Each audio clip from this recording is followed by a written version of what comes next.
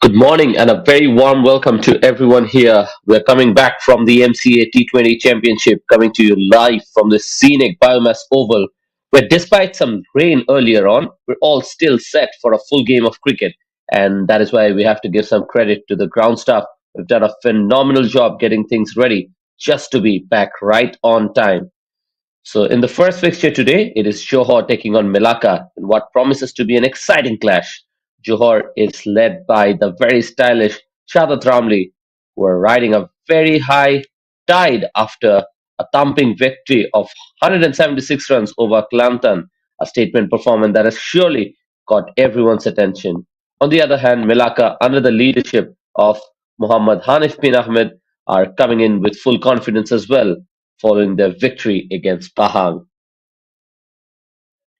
With that, if you just look at a glance throughout the tournament stats, it is Saifullah Malik from Selangor is still currently the leading run scorer, who's closely being followed by his teammate Hasnain, and he's been equally brilliant with the bat.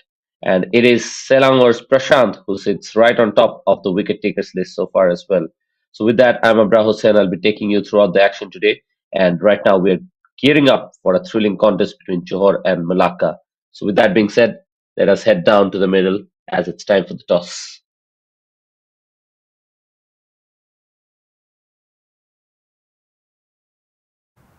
Right. Today's match, Johor versus Malacca. Johor will be home team. Malacca will be. Johor will toss. Very call. Tails, hits. Call louder. Tails the call. Hits. Right. We start on time, guys. All right. Okay, no changes. Come on. Yep.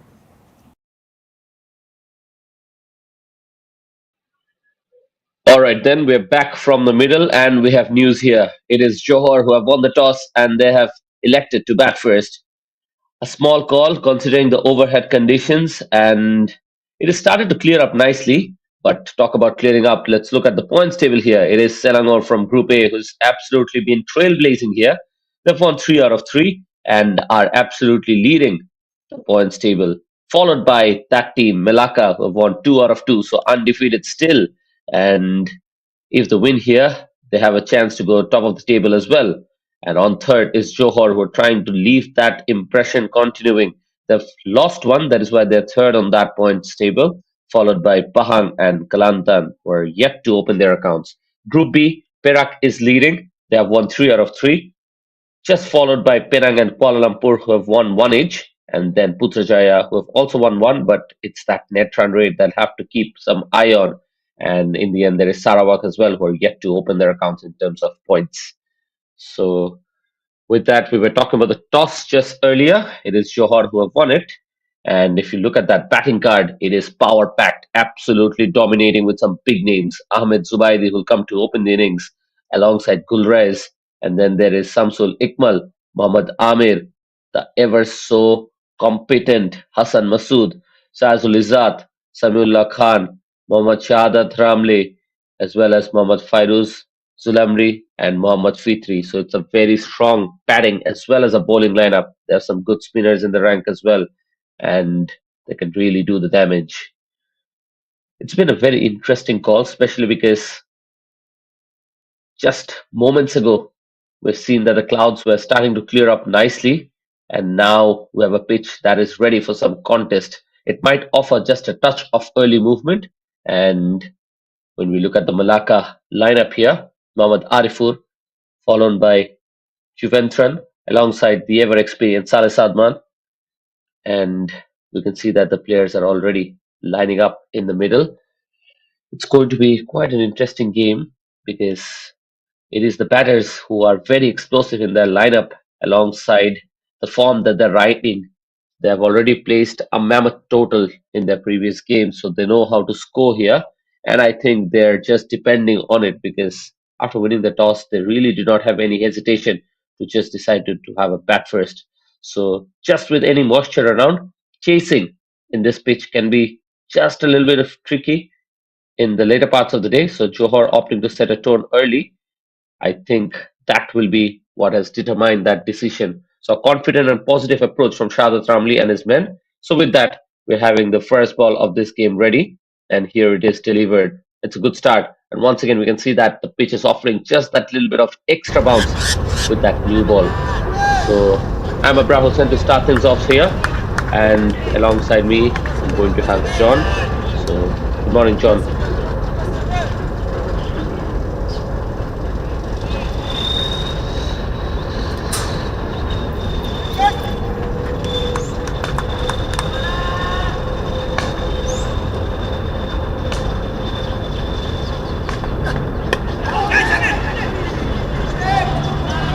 Hint of swing this time. Samiul Alam starts off quite nicely. The couple of deliveries have both shown to be going different ways, so he has that good control with the wrist as well. On occasions, we have seen him, even previous games, sometimes he's going for that outswing and sometimes that in-swinger. So he's done a good job regarding that.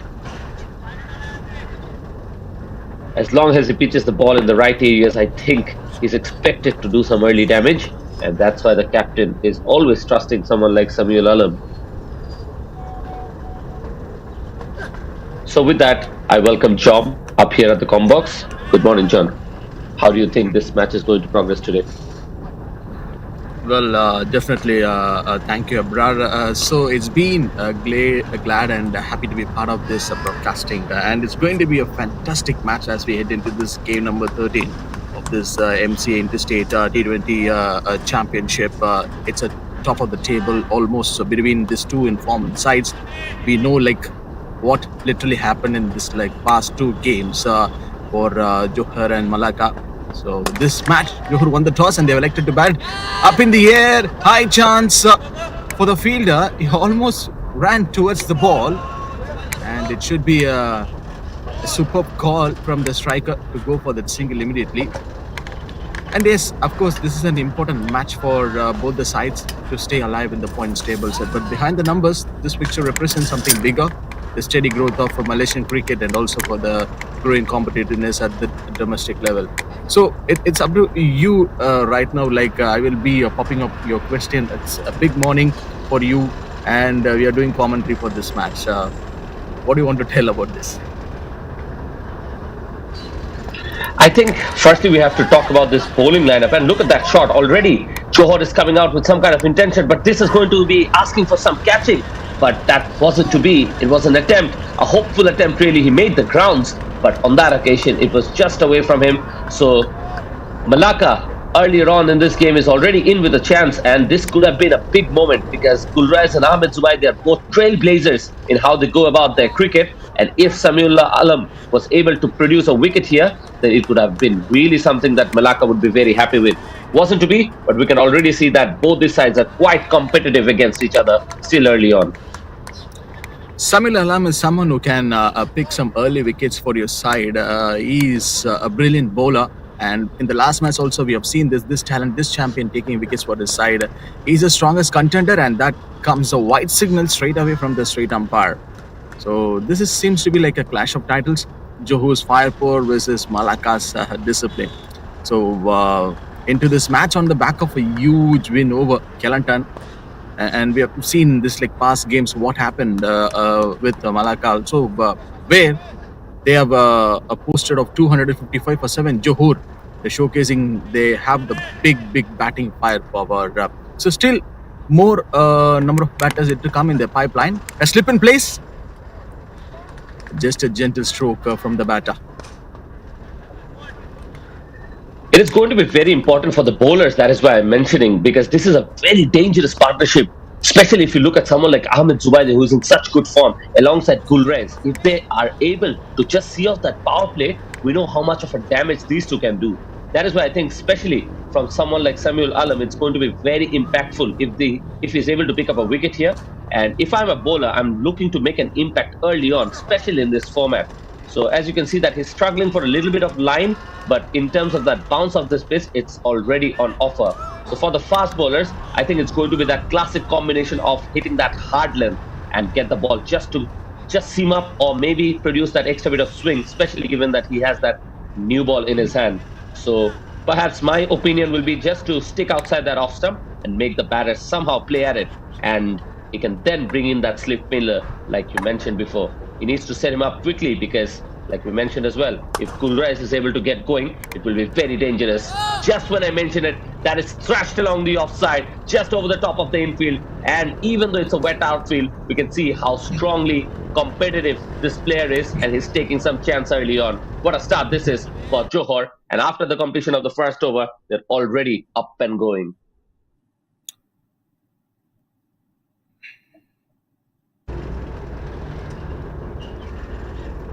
One over got completed with the boundary. They are finishing up the first over, and here comes the local champion, local guy, Derek.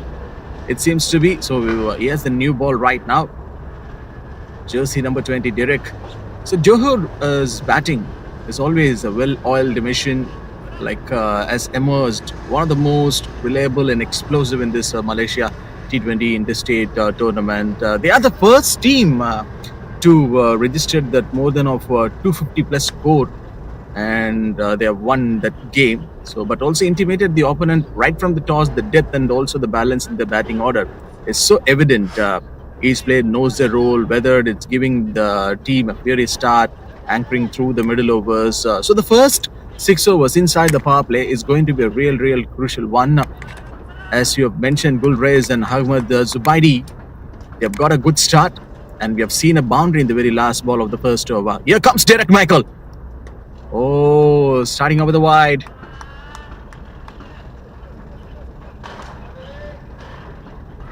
Yes, Gulraiz and Zubaidi are the two men at the crease, and they are going to be the foundation here. One thing about Derek Michael is the fact that he is so experienced.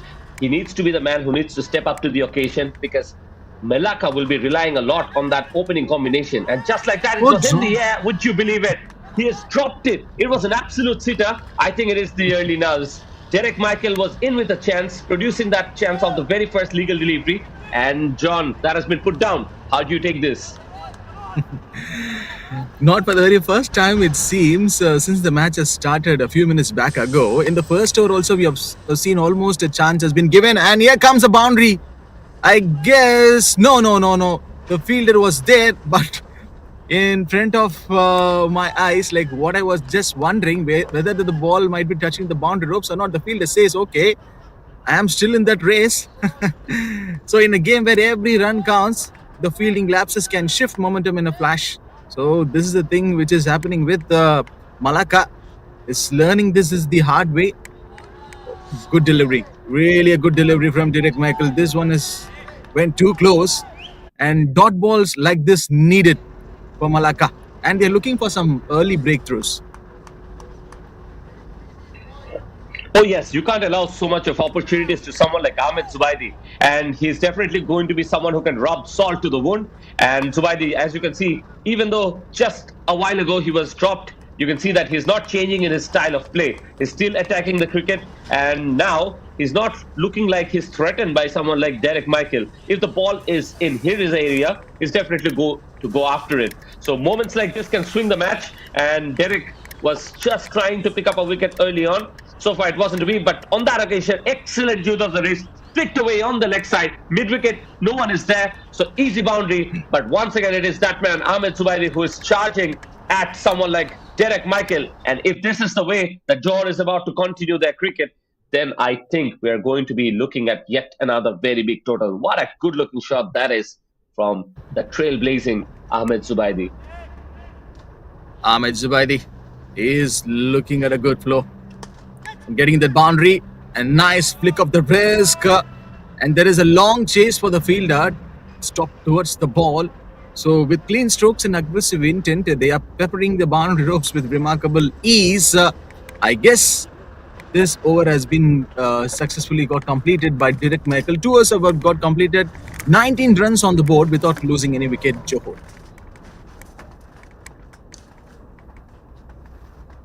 Have to give credit where it's due. I think Ahmed Zubaidi is showing some real composure already out there. That was a nervous moment, I feel, for any batter, especially when he's gotten a life. There's been a drop catch. But someone like Ahmed Zubaidi is not really allowing that to rattle him down even one bit. Just calmly he's resetting himself. And just on that occasion, we've seen how he's picked up a boundary and even a couple of runs since then. So he's really looking organized, and he's very balanced at the crease. And we know he's someone who plays with real intent. So as long as he gets going, I think Johor will not be worried about their run rate. And on that occasion, a play and a miss. This time, Samiul Alam is back to bowl his second, and it starts off with a very good delivery. As you can see, that this pitch is offering slight bit of an extra bounce, even though we've seen a little bit of rain. So that really tells us something about how good of work the groundsmen have done. I think the pitch did not really have any kind of effect. Throughout this tournament, I'm seeing in this pitch, especially here at BAYUEMAS, there's been that surprising factor. The faster bowlers are extracting that little bit of extra bounce as well. So with that, Samiul Alam to continue. He's been expensive, and hint of movement once again. This time, Gulraiz trying to play it on the leg side, not getting the connection he wanted, and eventually that's another dot ball. Johor definitely think right to attack. This is the right time to attack Samiul Alam. Just see that first two deliveries when for a dot. So back into the attack comes Samiul Alam, a name that has become synonymous with breakthroughs. Every captain dreams of having a bowler like him in their arsenal. Someone who doesn't just bowl overs but creates moments with the slip in place and just played towards the offside in the gap and the boundary for the batter. So he seems to be having that happy face on getting the boundary. Oh, he's someone who is absolutely dominating when it comes to playing that cut shot. So that was cut. That was beautifully pierced away on the offside. You can see that as long as he beat that point fielder, there was no chance for third man. So excellent shot. That one rocketed away to the boundary. So this time it is all class and timing from Gulraiz. Effortless, really. Effortless elegance. Gulraiz is putting up a show right now. 8 of 5. Ahmed Zubadi 11 of 10. This partnership is going good. And this one played toward the leg side. Couple of bounces. Is it the ball kisses the boundary ropes or not? Yes, the straight umpire signal indicates it's a boundary. So which means flurry of boundaries for Johor. And they have got a good start. 27 on the board. Already 2.4 is on the progress. Oh, that was absolutely whipped away with Frenham. That wrist work was of the highest quality. That one raced away through mid-wicket with an absolute trace of a bullet. So Gulraiz is looking very dangerous at the moment. And Samiul Alam, who was very promising for Malacca, is already starting to look like the batters are taking him apart. The run rate at the moment is well over 10. And Gulraiz is 12 of 6 alongside Ahmed Zubaidi, 11 of 10. So let's see if Gulraiz is able to get 3 consecutive boundaries, because that is perhaps what is in his mind. He can be very aggressive, and he knows that he has a lot of responsibility in terms of the run rate. Let's see how it goes. Here is Samiul Alam, who has his work cut off here. I believe we're looking at something to be changed up. Maybe he can try a different pace. Short pitch delivery works to his advantage, but I think he overcompensates on that occasion. That goes over Gulraiz's head, and umpire has no hesitation to declare that a wide. Frustration for the bowler to put that extra. Samiul Alam on conceding that 2 back-to-back boundaries in his previous deliveries. This is the kind of pace that tests the bowler's patience and also the temperament. Despite good deliveries and tight line, the batters are finding ways to score edges, flying past the misteam shots, landing safe, and boundaries coming at a will. And this should be a single for the striker. So well, so one thing which is popping in my mind right now, the batter, is he trace the bullet or not after getting that boundary? Oh, one thing we have to definitely talk about is the fact that it is not the kind of start Samiul would have hoped for. He's already gone for 19 in just 1.4, and Malacca batters are not letting him settle down at all. Of that last ball, there was a single, so he's already considered 20, and his lines have been a touch too straight, in my opinion. His length has been inconsistent as well, and he's been able to make pay for all the mistakes that he's committing. On that occasion, that was straying down the leg side, keeper with a full dive, but just not able to grab onto that. These are difficult chances, but Samiul Alam would have hoped that he would have gathered it. So he needs to regroup very quickly here, because there is no margin for error, and you can't be consistently going wrong at this format, because you need to find your rhythm and start finishing the over with a strong delivery. On that occasion, that was a good one. So eventually finishes off with the dot. 3 overs done. It's 29 without loss. But Malacca are really in search of a bowler who can produce a wicket here.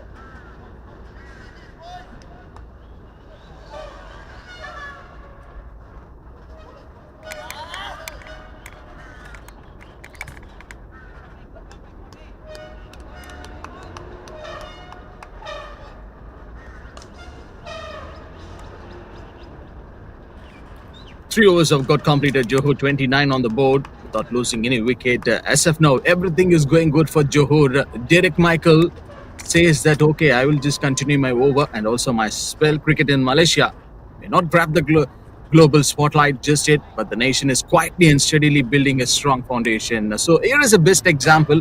So it's gone by the Malaysian Cricket Association. The sport has grown from a niche pastime to an organized competitive structure. Here comes Derek Michael up. And with the gentle stroke, the ball is not going anywhere. So thanks to the board's sustained focus on grassroots development, coaching programs, infrastructure upgrades, and international exposure, this match is live on fan code 2. So if you have a mobile phone in your hand, you just take it and search it in fan code as Malaysia MCA Interstate T20 Championship Tournament. And here comes the boundary for the batter. Just now, we're just talking about this tournament, and have a look at that shot that came from the batter. So a boundary, so which means Gulraiz is already attacking Derek Michael. Already we have seen 5 boundaries at the crease. Ahmed Zubaidi is on very good form, but it is that man, Gulraiz, from the word go. I think he's charging at all the bowlers who have been currently used, especially against someone like Derek Michael. He's been phenomenal. And this is why we have to talk about how this partnership is really bubbling. Malacca is struggling to find some momentum in their way. They're hoping that Derek Michael can be the man who can shift it back towards them. But this time it is still turning out to be a good over for Johor here. So we have to say that it has been a very good start already for Johor, especially after coming off such a good victory. They have once again stitched up a very good hand, and on that occasion, that is the best of them. He's charged down the ground. There's a fielder there, and you have to compliment that intention. He's trying to go after the bowlers and really breaking their morale here. So Gulraiz is not looking like he's with an intention to stop, and just like that, he started to really turn up the heat here. Cricket is a game of fine margins, bro, and this Malacca is finding that hard way today, getting as many as chances in catches. And we have seen some sitters that has been dropped. They have had that enough chances, plenty of them. Missed opportunities are starting to haunt them in a high stakes match like this. You can't ask a better opportunity than this, and can't afford to give batters a second life. So no shot is being played on the last ball.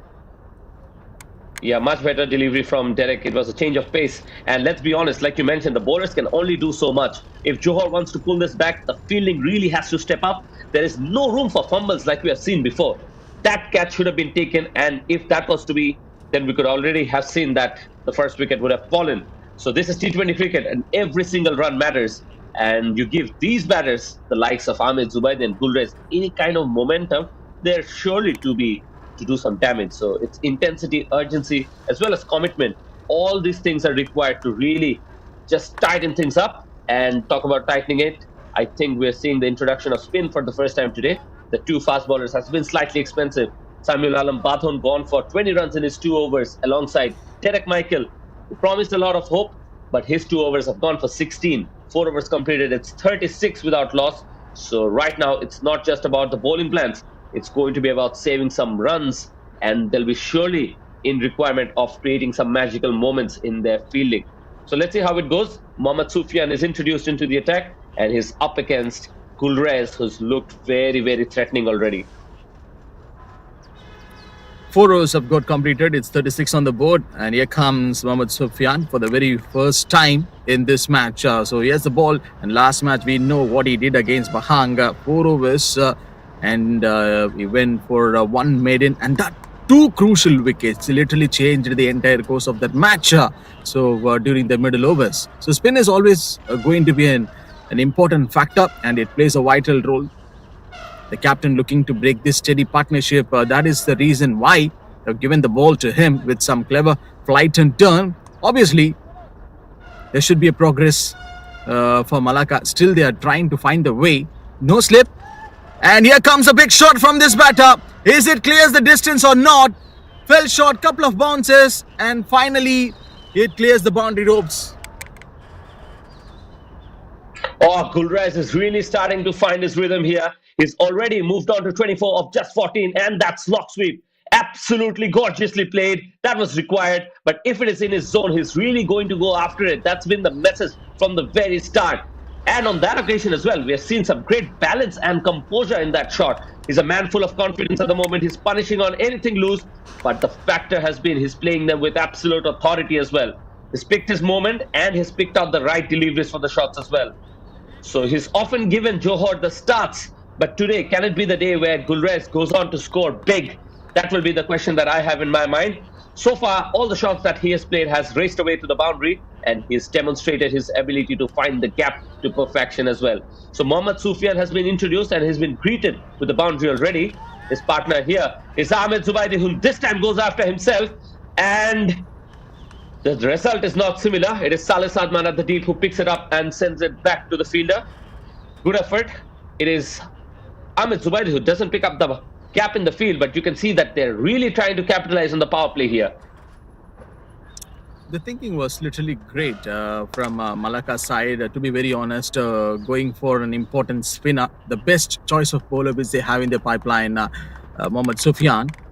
So as of now, you see that he just considered only one boundary. The other deliveries, there is no big runs given by him. So once again, the batters are taking charge with aggressive intent. Here comes the last delivery of this over. Slash towards the offside. And the fielder misses it completely. So which means they want to finish up this over with the boundary. 5 overs have got completed. 47 on the board without losing.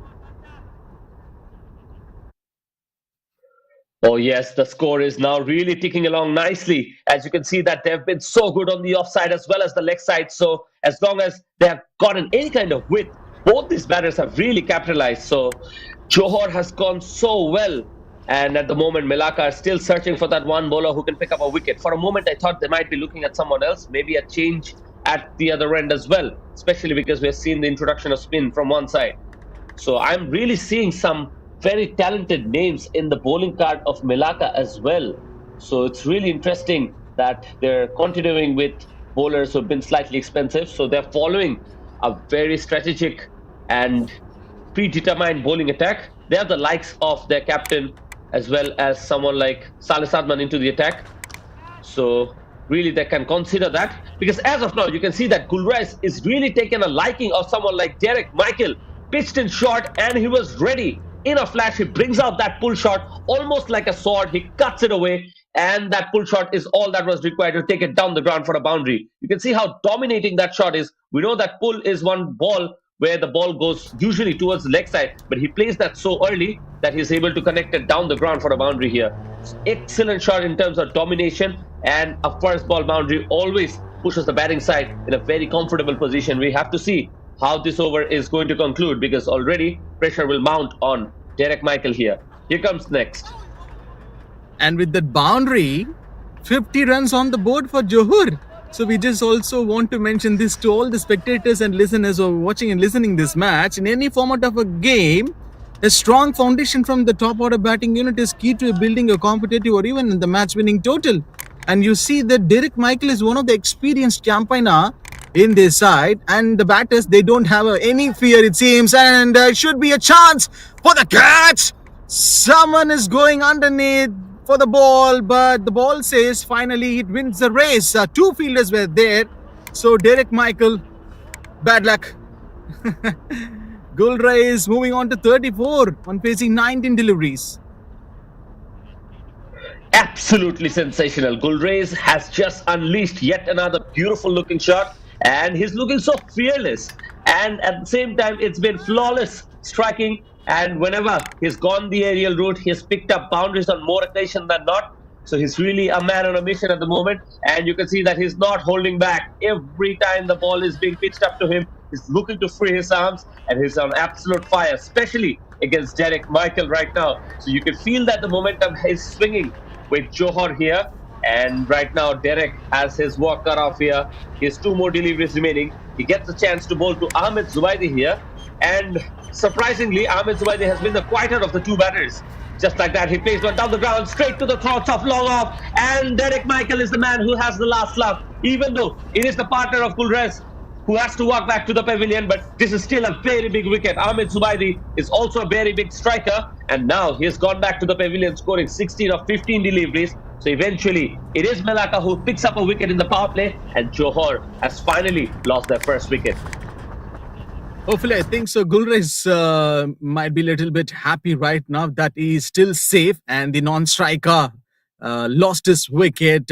And look at the catch, sharp and simple catch. And this time, Malacca says that, okay, we are not going to drop any catches. So Derek Michael, he got the first blood. After 5.4, straight away, Malacca, they are back into this game after a solid opening stand. This final juncture. So the batter looks set, finding boundaries with ease and rotating the strike well. But in cricket, as always, it's a game of moments, and one sharp catch has turned the tide, and at least for now. So the new batter is in right now, Azan M. Have to say that Derek picked up the wicket at the perfect time, just as the partnership was looking so dangerous. So from here, it is going to be game on. We have to say that Ahmed Zubaidi really tried to go big. Just on that occasion, he did not get the elevation thanks to not timing it as good as he would have wanted to. Straight down the hands of the fielder, and Johor finally are looking like they're looking for another partnership, because so far the first one was a very good one, 56 runs between the two batters, and right now it is Malacca who's drawn first blood.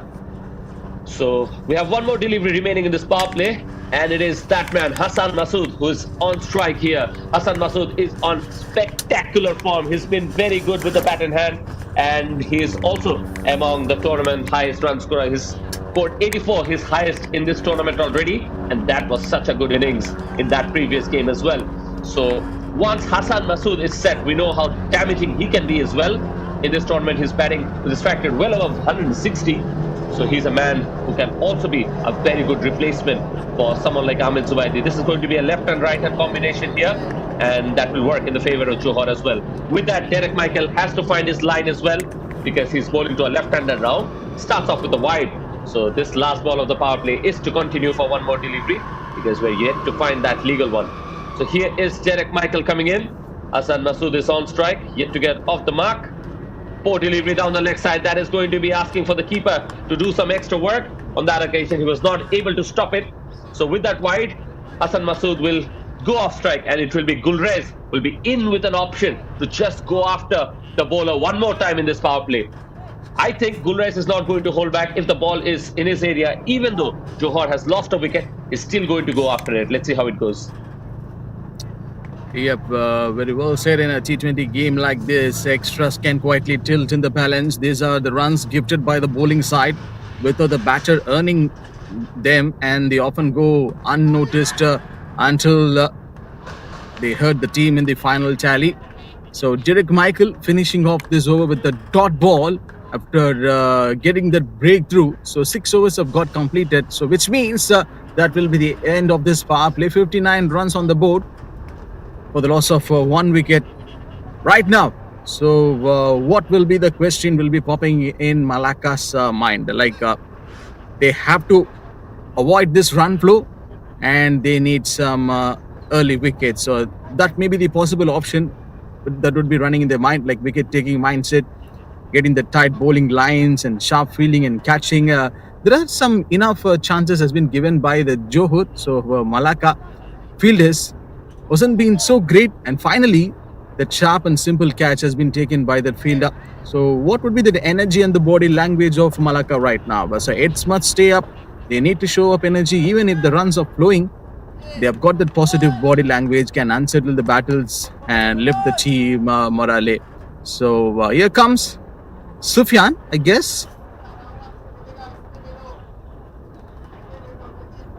Yes, Johor is off to a flying start at 59 for 1 in the power play. Malacca desperately in search of someone who can put the brakes on that scoring rate, not just with dot balls. They need a breakthrough here as well. It is Hassan Masood on strike against Mohammad Sufyan now to continue. This is the moment that calls for a very smart operator, and we're believing in someone like Mohammad Sufyan to be that man, because the captain is really trusting him, and his spinners can really get some extraction of this pitch and making life difficult for someone like Hassan Masood. Look at how gorgeous he plays with that straight bat. Even though that's gone straight to the bowler, that will be a dot ball. But Hassan Masood can take a little bit of time, especially early on in his innings, but we know that he can compensate definitely. So let's see how it goes, because if one more partnership is to brew here, things can look very difficult for Malacca. On that occasion, with provided, it was cut away beautifully. The chase is on. Eventually, I think the ball wins the race, and the umpire confirms it. What a good shot from Hassan Masood here. A much needed boundary for Johor after losing the first wicket. So this boundary will give them a much relief, and they have finded that gap perfectly. So the batters are shifting gears right now. Boundaries flowing in all the directions with elegant drives and confident pulls. And we have already seen that they've got a good start in this match by scoring as many as runs through boundaries. So here comes the shot played by the batter. But Malacca, for them, they played an important match against Pahang in the last game, and Pahang got bundled out with just in short of the runs. So we cannot judge Malacca just like that. They are a pretty much good side. They too have important bowlers in their pipeline. They can come and get Johor batters out. So this might be the plan from the captain. The momentum is clearly good with Malacca in this game, with the batting side also, as the scoreboard keeps sticking with boundaries and sixes. We could see 6.4 is on the progress. So Johor is already 64 on the board. They might be looking for a competitive total to put on the scoreboard on Malacca. Yeah, full credit to Johor here. They've come out with real intent, and really at the start of the game they took the attack to the bowlers, and despite losing Zubaidi, we can see that they're still keeping that scoreboard ticking, and it is moving quite brilliantly if you ask me. They've already picked up 5 runs in this over as well. Gulraiz has been outstanding, and Johor has shown great awareness in exploiting the field restriction. Just like that, he smashes one down the ground of the last delivery of this over, and he'll pick up a maximum. What a shot that is. That is the first of the day, and I can promise you there's going to be many of that if Gulraiz is able to continue. What an absolute show of domination. Just have a look at that replay. Fuller delivery, use of the feet, and advancing down the ground, almost like a golf swing. He gets that away, and the fielder is only a spectator on that occasion. Beautiful batting and absolutely gorgeous when it comes to the scoreboard manipulation. So they're going at a run rate of 10, and Johor at the moment is looking very threatening here. Popping out of the crease, Gulraiz clears the rope in style. Picked it early, got under it, and sent it soaring into the stands. That's a clean 6. So 7 overs have got completed here. Johor 70 runs on the board for the loss of 1 wicket. And here comes Mohammad Afiq Mukri for the very first time in this game. So they're just adjusting the fielding. So what a statement that has been from Gulraiz, 41 of 23 from the batter, showing he's in complete control. Azan is on strike. Left-hander pops out of the crease. Catch it is the call from Malacca. Well, Hassan Masood is someone who's been exceptional when it comes to batting against the spinners, and he really plays with a straight bat. He can play those cover tries, and he's known to be someone who can pick up gaps at will. On that occasion, he was playing that a little bit in the air, but I think he was in full control all the time. And now on strike is Gulraiz, who's been absolutely playing like a gem here. This time plays on the leg side and is able to get it in for a single. But look at that misfield. You can't really afford to do that. The fielder goes outside, so he does right to not get a hold of it. Smart fielding, I have to say. But look at that. Gulraiz is really controlling the innings progression here. Is looked in total control from ball 1, and on that occasion you can see a demonstration of how well he's done to find the gaps in the field as well. So it's been a good mix. He's rotated the strike well, and he's been held by 7 boundaries and a 6 as well. Now once again advancing down the ground, this time not in full control, and I think Afiq did well to just stay away from that hitting zone. Just pitched it slightly outside the off stump, and that was really enough to make Gulraiz slightly uncomfortable. So with that, spin is to continue. Afiq has done a good job to start off his bowling, and slightly watchful against him is Gulraiz Muhammad. So the subtle variation can often be the way to go, and this is why talking about subtle variation, I'm starting to wonder where is Saleh Sadman. He's the kind of bowler who can really break partnership with those change of pace and sometimes mixing up with those aggressive deliveries as well. On that occasion, short pace and cut away nicely. Gulraiz goes off strike. This is turning out to be a good over in terms of conceding runs for Malacca here. If you just take a look at that batting contribution of Gulraiz, 44 of 27, he is literally charged up in this game, and he has got that flying start where he just went for some boundaries and sixes, and here comes Hassan. He says that, okay, this is my game and I'm going to hit the six. So a six to finish off this over. Afik Mukri can't do anything this time, and in this replay we can see just coming out of the crease, and that ball went and hitting that black screen. Oh, Hassan Masood is in scintillating form. Even in the previous game, he was outstanding. And like I mentioned before, so far in this game, we've seen that every time a bowler is coming out to bowl a few good deliveries, eventually of the last ball, they've considered a boundary or a maximum. So that's been the show, and we have been mentioning it as well. How good has been the calculated risk-taking from these two batters as well. Even though they've lost a wicket, they've continued in that merry fashion. And what could have turned out to be a very good over for Afif Mukri, because of that maximum of the last ball, has become one more time an expensive over. So they've controlled their risk, and they've shown that they know which bowler to take on, and they've done it at will. On that occasion, that is thrashed away along the offside, all along the carpet. No risk absolutely taken, and Gulraiz absolutely takes on another bowler, and he gets the same reward. It's another boundary. What a shot that is. He is turning out to be a standout performer, a great intent and great acceleration. And look at that energy and passion towards the game of cricket. He has got the grit and determination, everything. Gulraiz moving on to 48 on 28 deliveries. So just one strike needed to get his 50 in style. But as of now, the conditions is looking good for him. Mohammad Sufyan is someone who can pick some wickets for Malacca at an important time. We have seen in the past games, but as of now, is bowling his third over, and he just conceded a boundary in this over. Yes, very, very well bowled by Mohammad Sufyan. So pressure on the batter right now. 48 of 29. Gulraiz. Yes, after conceding a boundary, he's bowled two dot deliveries, so he's really not allowing Gulraiz to free his arms, and with that he takes a single. So this is turning out to be a good over, even though he's considered a boundary. I think I have to say that he's controlled the intention of Gulraiz Mohammad quite nicely. But he's up against Hassan Masood now. He's another batter who's looked very threatening. Already he's picked up a boundary and a six, and he's quickly moved on to 12. So we have to say a lively start from Hassan Masood as well, and he comes in with a very positive intent.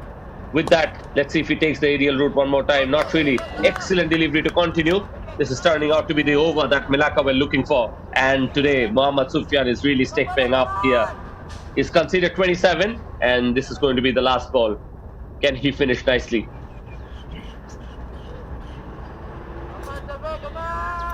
Every over in the last few overs we have seen from Malacca, the bowlers, which they bowl the last ball. So they are going for an extra.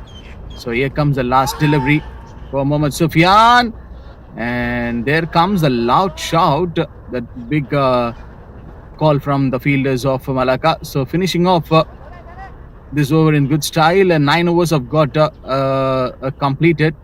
It seems Johor, it's 86 on the board, 87 on the board for the loss of 1 wicket.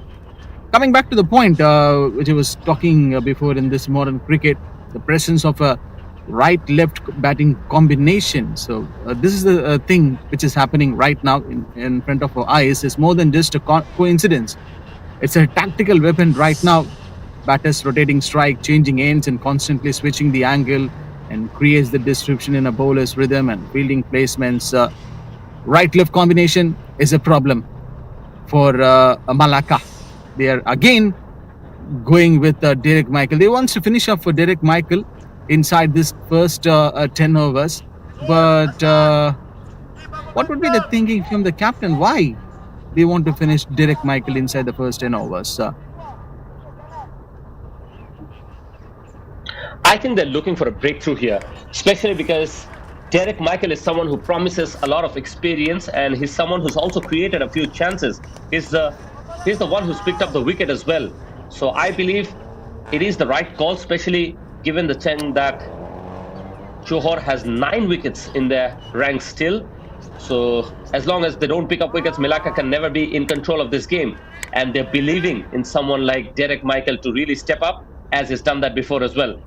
So in comes Derek Michael with a hope to be picking up wickets. And on that occasion, he starts off nicely attacking the stump this time. And Hassan Masood just nicely able to get a single of that. So for spinners, this means But switching now is the between real attacking question the here, bat. because Derek Michael will be coming in to bowl to Gulraiz Muhammad, and he's really been the man who's been in charge of the scoring rate here. And so far, he's moved on to 49 of 31 deliveries. And Derek Michael is really taking that little bit of time, as you can see from up here, to just adjust the field exactly where he wants them to be, so that Gulraiz can eventually commit to a mistake. With that, Derek Michael is running in, but it doesn't change the fact that the misfields continue. And with that, there it is, a magnificent half century from Gulraiz of just 32 deliveries. What a knock this has been. Fearless, fluent, and absolutely full of class. He's taken the attack to the bowlers, and he's picked up a half century that he was really hopeful to get. For the very first time, Gulraiz raises his bat to his dugout members, and he's saying that, okay, I have brought a 50 in style for our side. So 50 in just 32 deliveries, and Azan just flick of the wrist. So that's a well constructed 50 by Gulraiz. Composed, classy, and commanding. Is played with intent right from the start, punishing the loose deliveries and rotating the strike smartly here. So this knock is so special to him, and is a testament to Johor's solid top order planning and execution. We have seen some boundaries and sixes being scored by him. Short ball that has been vanished. Yes, so far he's shown us how good all of his shots are. He's played some beautiful looking cut shots as well, and through the offside he's played some gorgeous drive. And now you can see that how good his pull shot has been as well. On occasions we've seen him smashing the deliveries down the ground with some beautiful straight drives. So Gulraiz really has all the shots in the textbook, and really is dictating terms here. He's choosing when to bring out those strokes, and whenever he's done them, he's looked very damaging. And it's already been a couple of occasions where I have seen some very good-looking flick shots from Hassan Masood, who's quickly moved on to 15 from himself of just 11 deliveries. So this is turning out to be another very good-looking partnership, because the first wicket fell at 56, and right now they've quickly moved on to 92 runs since then.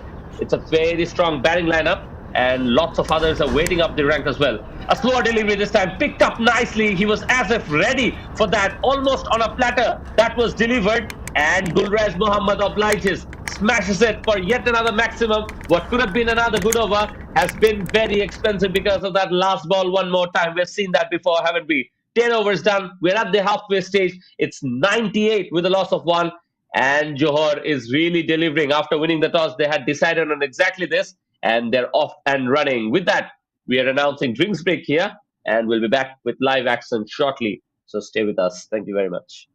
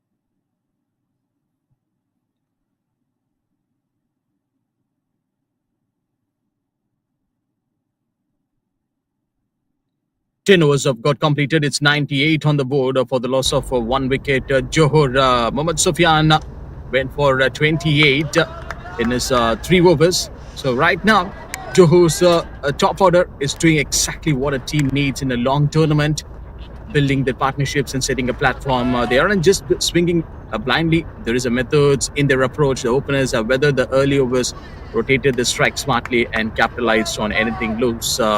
So they are coming back after a drinks break here. This kind of a start gives the middle order the freedom to play the natural game later. With wickets in hand and a solid run rate ticking, Johor is setting the tone for a strong finish. So a foundation like this is gold in any format. It calms the dressing room and puts the pressure back on the bowlers. So not only the Sufyan or Makri just conceding a 6 in the very last ball of their previous over. And previously, before the drinks break, we have seen the Derek Michael conceding a 6. Gulraiz with that big maximum came from his hand, and this time it is Azan who says that, okay, I can also hit some sixes. This ball straight away hitting that black screen. What a magnificent strike from Azan, and that brings the 100 up in style for Johor. Great cricketing shot, and he is having that caliber. So he's just trying to show his full character towards a game of cricket. Excellent piece of work from Azan, a proper left-hander, trying to hit the big maximums here. Mohammad Sufyan couldn't able to know what he can do in this game. They are just looking for some wickets here, so that's why they've given the ball to Mohammad Sufyan. Last ball, Azan is already moving on to 23 of 16. Good shot. So there should be a trouble for the batter, I guess. Is he safe or not? We just have to check with the leg umpire. And it seems Johor, they have lost another wicket on going for this risky single. But have just to confirm, it should be Gulraiz, I guess. He's already on 57 of 34. Azan, 23 of 16. This partnership was going literally good. And here in this replay, we can see a gentle stroke played by Azan straight into the hands of the fielder's hands. And yes, Gulraiz is a culprit. So after getting the big, beautiful 50 for his side, now he's just going back to the pavilion. First wicket we have seen at 56, if I'm not wrong. So after that strong foundation and big partnership was going between these two batters. Now Gulraiz has to go back to his dugout. 11 overs have got completed. It's 106 for the loss of 2 wickets here, Johor.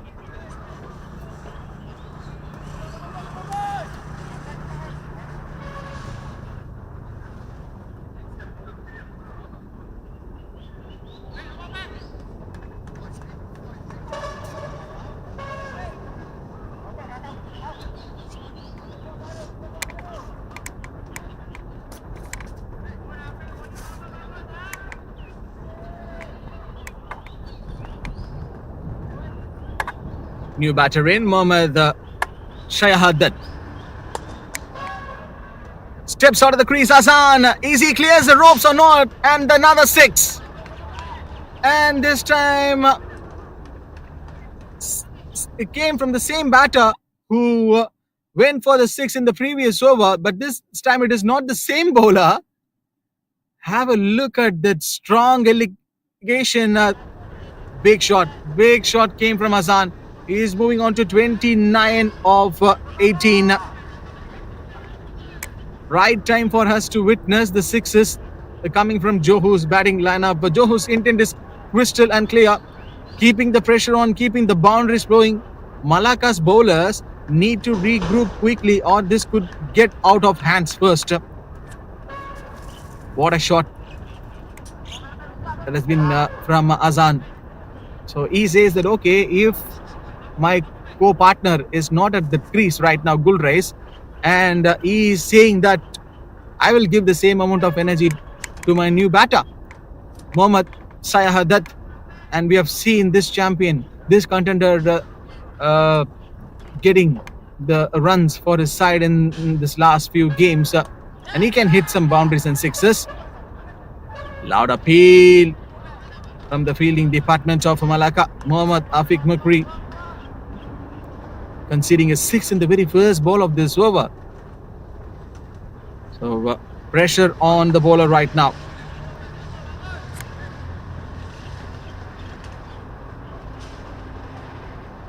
.3 is on the progress. 114 for the loss of 2. When a new batter walks in, there will be an amount of pressure will be there for Mohammad Sahadat. It completely flips the momentum.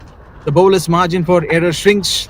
Every delivery is being closely watched, and even the slightest miss in line or length that can be punished. You can see it now, a bit of hesitation in the run-up, overthinking the next ball, and beautiful stop near the boundary ropes.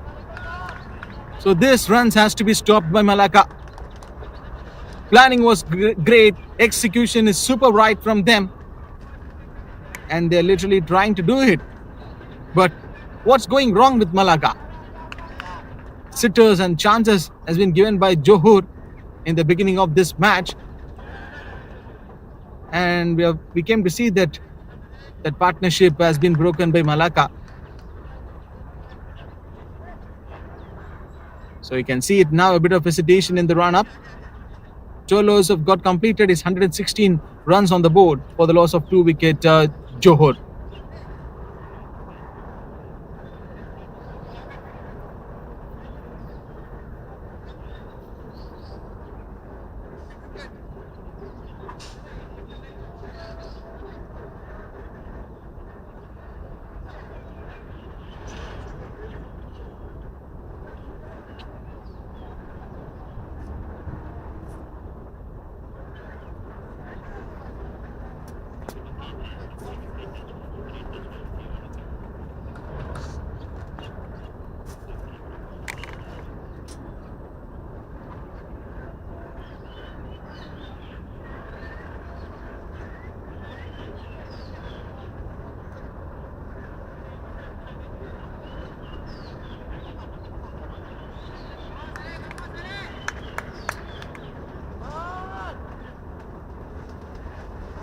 Come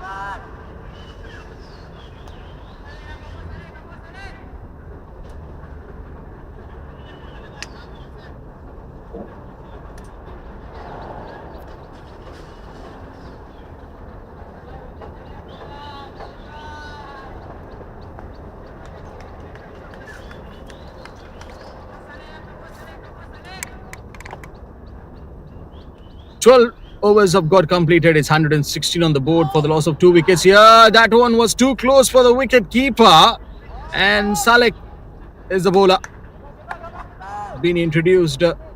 So Johor are putting on a true exhibition of calculated and fearless batting.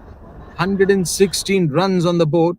What stands out is not just the boundaries or sixes, but the intent behind every run. It's a batting performance built on partnerships and planning.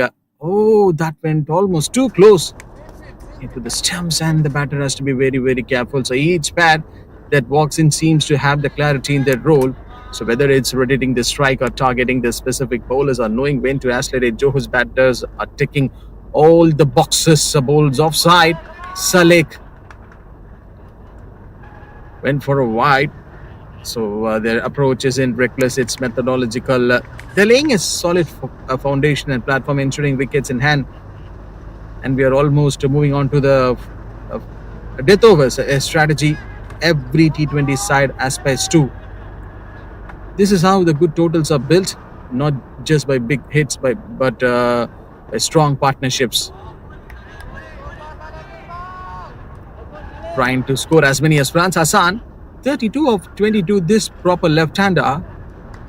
Smashing some boundaries and sixes, smart cricket, and maintaining the pressure on the bowlers. Johor look locked in, and their batting depth is clearly showing. So Malacca, meanwhile, need a breakthrough and fast, or the total could get out of hand.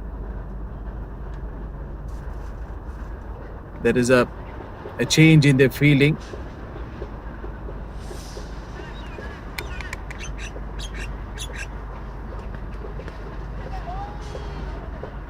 Cut set, and Hassan is on trouble, and finally he's back at his crease. Is he gone for the single or not? as it seems. So Mohammad Shayahadat, he gets a strike. So Johor's approach today is a textbook example of a modern T20 batting. They've got a good start. They're not depending on ones or two starts. Every batter who's coming at the crease, they're playing with purpose and confidence. The openers gave them a solid start, and the middle order is now cashing in on that momentum. Chance for the run out. Maybe the direct hit would have been in trouble. So what's even more impressive is how they have controlled the tempo of the innings. They're not rushing things unnecessarily. They're respecting the good balls, punishing the loose ones, and most importantly, keeping the scoreboard moving. So last game, Salek, we've seen this bowler getting the wickets for his side. The combination of power hitting and strike rotation right now is frustrating the Malacca bowlers. Salek to Muhammad.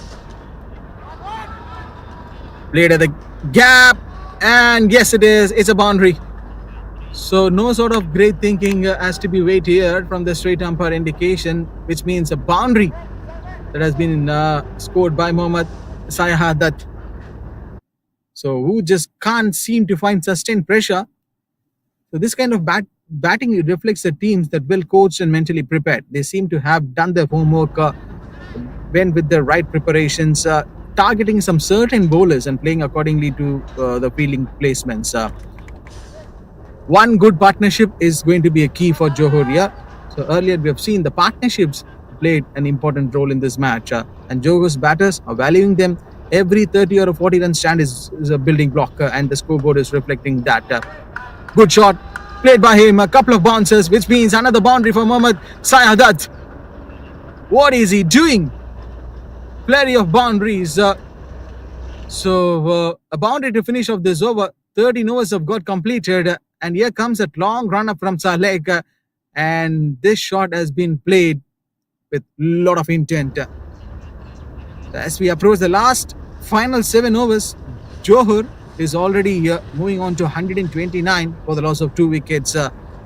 Right time for the prime position to accelerate further with wickets in hand and set batters at the crease. Mohammad Sayahadat and Azan.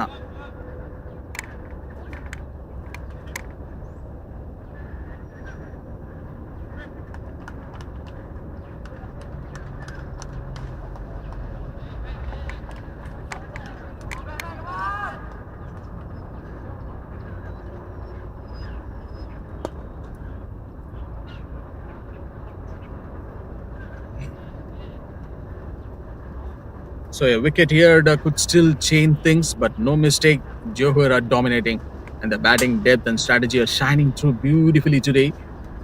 As we see Mohammad Shayahadat 12 of 5 and Hassan 34 of 25. This contribution is literally helps Johor very well. Right on the block. Hits hard and straight towards the fielder's hands. So as we move through the middle overs, Johor's batters are showing real maturity and control. This is the pace of the game often decides the direction of the innings. So when you do your homeworks properly, you've got the progress and you will find your best results. Short ball, couple of bouncers, and that one has been stopped, I guess. 2 fielders ran towards the ball, but we just have to wait for the straight umpire confirmation. And also it seems to be okay. He has given a thumbs up. So this means only 3 runs. Spectacular running between these 2 batters. Great running between the wickets. Mohammad Sayahadat and Hassan. They're not just looking for boundaries. Every ball instead, they are rotating the strike smartly, building the total amount of pressure on the fielding side and capitalizing on every scoring opportunity. So the batters are playing with an intent here. So this is the thing we have already seen from Gulraiz in this game, that intent has to be there if you need a good total to put on the scoreboard, and also you need to find some boundaries and sixes in the meanwhile. Mukri lighted through the air. This one went for a wide. So extras again, the problems continue with Malacca. I just want to mention this, when we see the batting scorecard of Johor, during the first 10 overs, myself and Abrar were doing commentary at that time. That pace, I can see in display that Malacca, they have considered only 8 extras. So which means the first 72 runs in this game that has been posted by Johor batters. So Malacca, they're not good at that. Stopping the runs. The batters are playing with full intent. So these are the overs where the scoreboard might not explode, but the foundation for a strong finish is laid. And that is exactly what Johor is doing. They are handling this pressure very well. It seems to be a no ball, I guess, and also a boundary. Mohammad Afiq McCree. The same sort of problems with him. 144 is already on the board for Johor at 13.5. Are they looking for a 200 plus? Definitely. They have enough chances, and we have already seen that this batting unit, this side, has proven in their earlier games, posting 250 plus. Big shot, good sound from his bat, and this one clears that fence, I guess. Oh my goodness, what a shot! What a time to deliver this maximum. A 6 to finish off this over. Not for the very first time we have seen that the bowlers have been getting damaged and been getting destroyed at the very last ball of their spell. So a big 6 came from this batter. 150 up for Johor.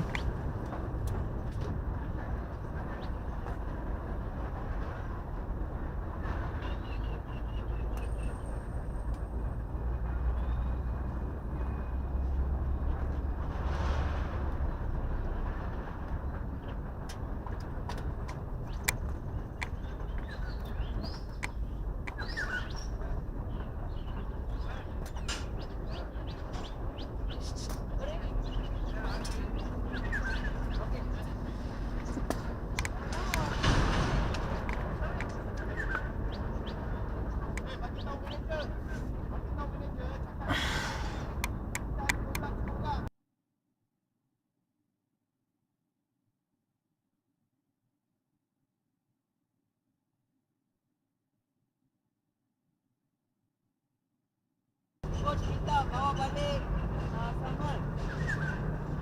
Action minta bawa balik Samiul.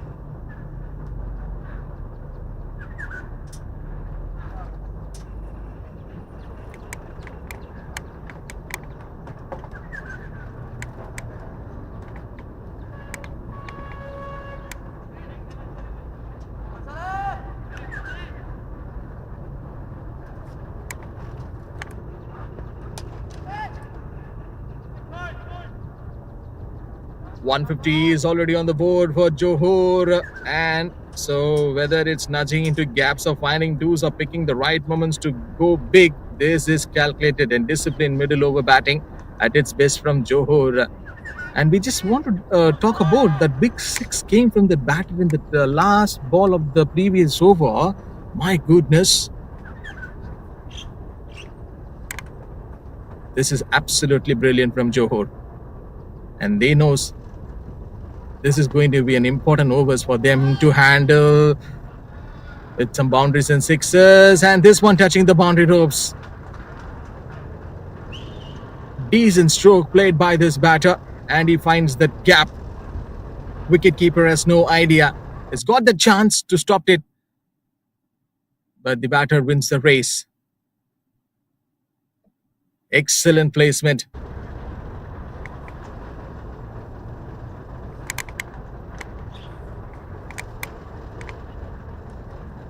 The Johor's batting unit is truly showcasing its depth and class today. Right from the start, from the opener, setting the tone to the middle order building partnership. Every batter is playing their role to perfection. White signal given by the umpire. So there is clarity in their approach, I guess, with their aggression when needed and rotation of strike to maintain that momentum. Mohammad Saha, that 28 of 10. He has the ability. He's got that skill, and he's got that big power to hit some boundaries and sixes. Even we have seen in the last few games back ago. So he's someone who can play down the order, but this match He came a little bit earlier by seeing the conditions. But what stands out is their ability to adapt, whether it's spin or pace. They have looked in complete control. A batting unit like this not only poses big total, but also sends a strong message to their opposition. This is a teamwork with intent, depth, and serious firepower.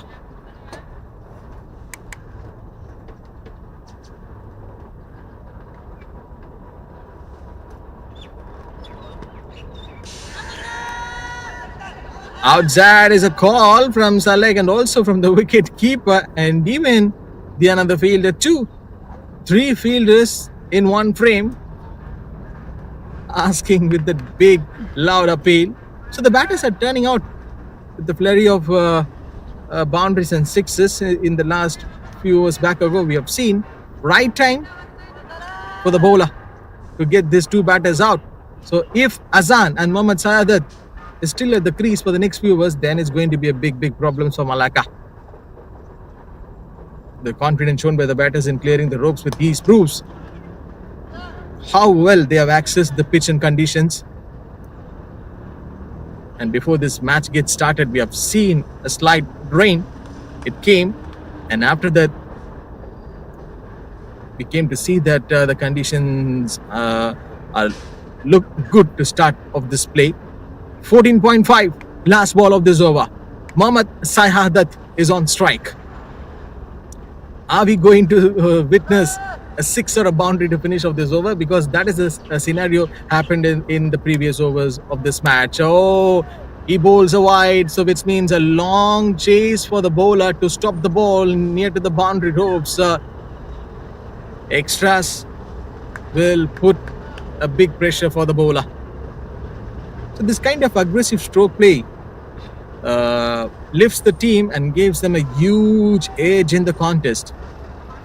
If we see that a boundary or a 6 being scored by Johor, the batters are sending a message loud and clear that they are here to dominate. Almost. This match went like one-sided so far from Johor, but I would not tell in any bad cause. Whoa! The bat got slipped from his hand. I just want to tell that this is for the very first time what we're witnessing in this tournament. A bat has got slipping from the batter's hands. 15 overs have got completed. It's 160 for the loss of 2 wickets here.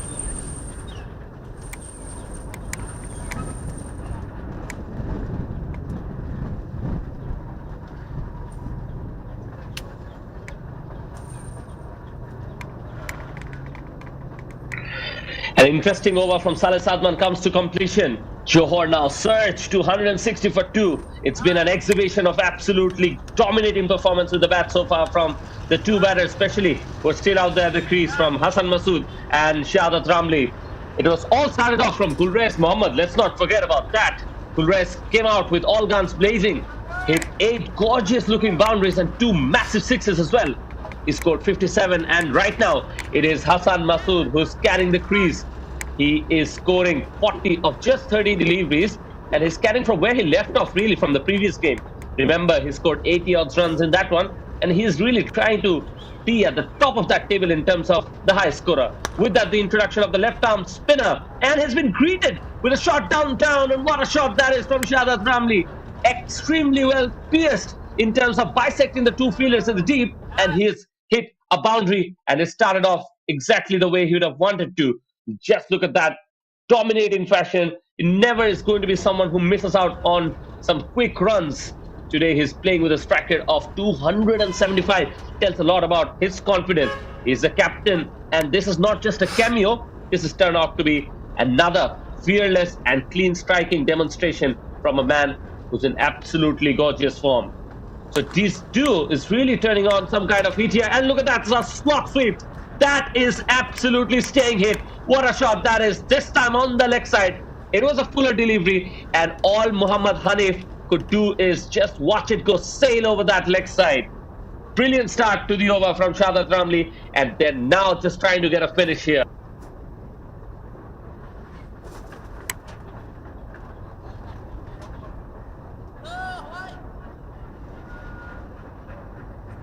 So far, Malacca have really tried a few bowlers, and nothing really have worked except for Derek Michael, who's picked up a wicket, but even he has gone for 39 runs.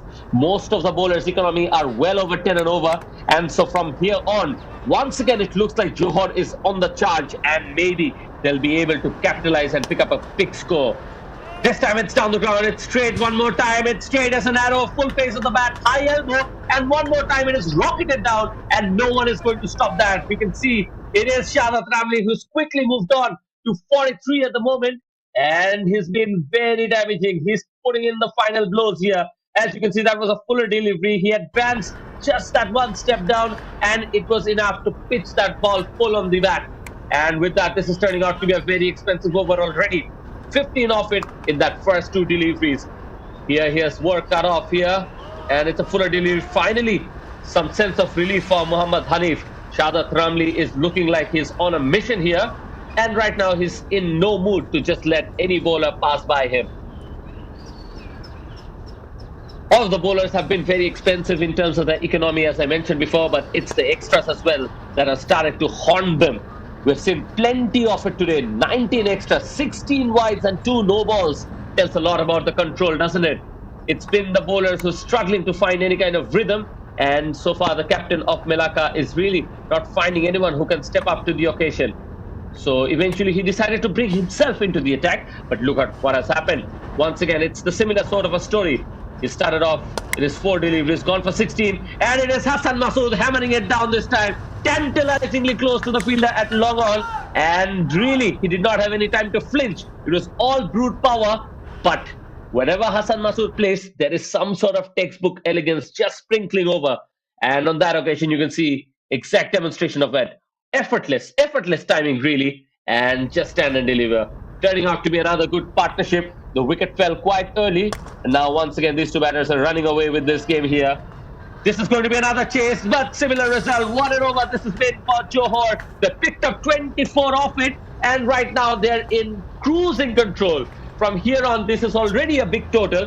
184 at the start of this innings. I think the Johor captain would have been very happy with it. But now, since he's at the middle, things are telling a different story. He's hungry for more runs, and maybe he's asked his partner Hassan Masood to just continue in that same fashion, just the way he has dominated as well.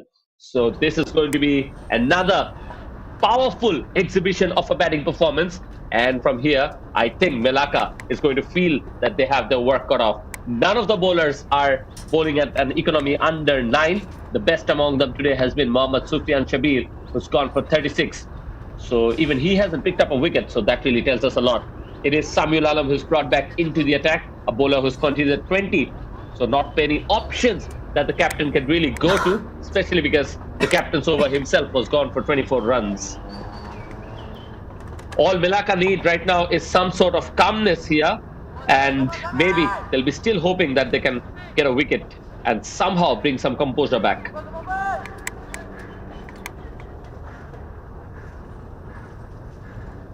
In comes Samiul Alam, and at that stage they will require nothing short of a miracle from him. Starts off with a brilliant delivery, so we'll have to wait and wonder if he can produce a tight over here. Maybe like that run out we saw before. Gulraiz was out by Saleh Satman with a brilliant effort, and they will be needing more of those because runs are flowing and the pressure is mounting on the bowlers of Malacca here. So wickets are the need of the hour, and not just one. They'll be needing wickets at regular intervals, maybe a couple of them. Just 4 overs remaining here, and we consider this phase to be the depth for bowlers. So let's see if the batters Hassan Masood and Shahzad Ramli is able to produce that.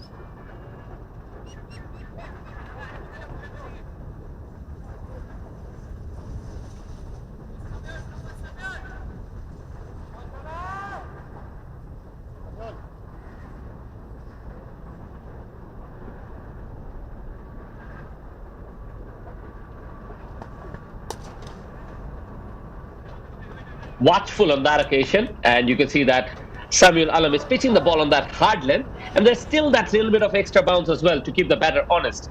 So I think Hassan Masood is someone who's aware of his milestones. He'll be knowing that he's just nearing a half century here, and on that occasion he was slightly watchful. But I can assure you, Shahzad Ramli is a different batter. He doesn't care about milestones. If the ball is in his zone, he's going to go after it. and oftentimes we've seen that he's not someone who really respects good deliveries. And that was a poor one. Talking about good deliveries, that was required. That was down the leg side. Easy pickings for someone like Shahzad Ramli. All he really needed to do was get some kind of bat in it, and the pace of Samiul Alam was all that was required to take it to the boundary. So Shahzad Ramli has quickly moved on to 49 himself, and he'll be eyeing to produce a captain's knock here.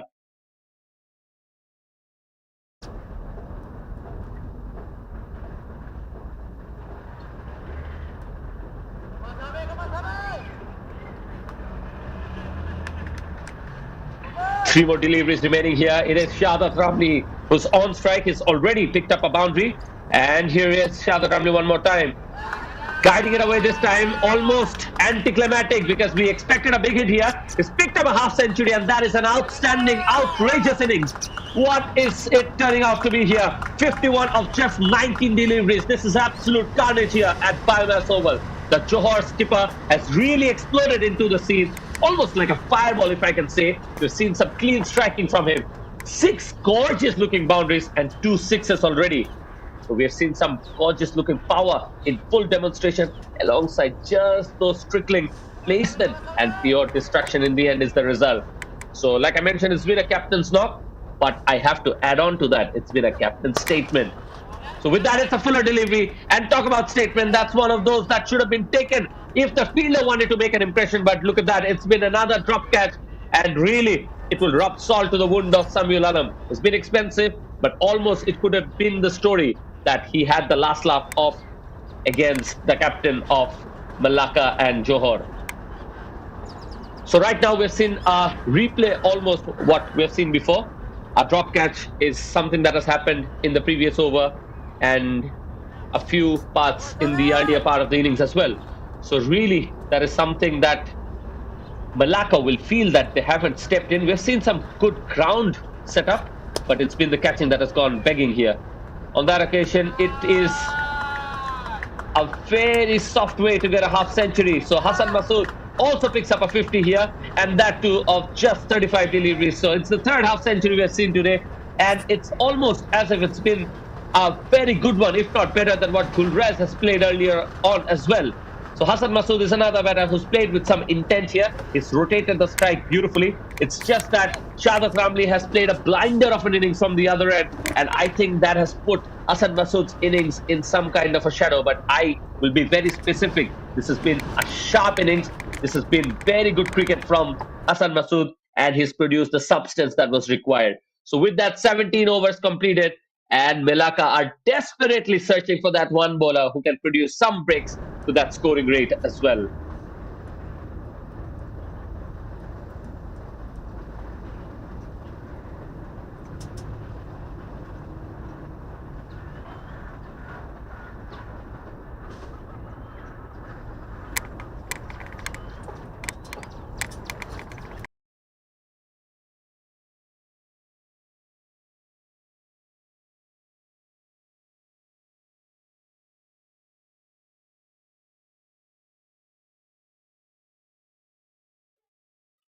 And that is the introduction of the ever so cunning Saleh Sadman into the attack. At the moment, Johor is absolutely cruising with 194 for 2 at the completion of 17 overs.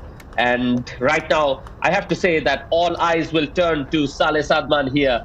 He's gone for 23 in his first 2, but I really have to tell our viewers that you can't count him out, because this is where he thrives. He's someone known for his net overcraft. He can mix up that slower deliveries with that fast change of pace as well.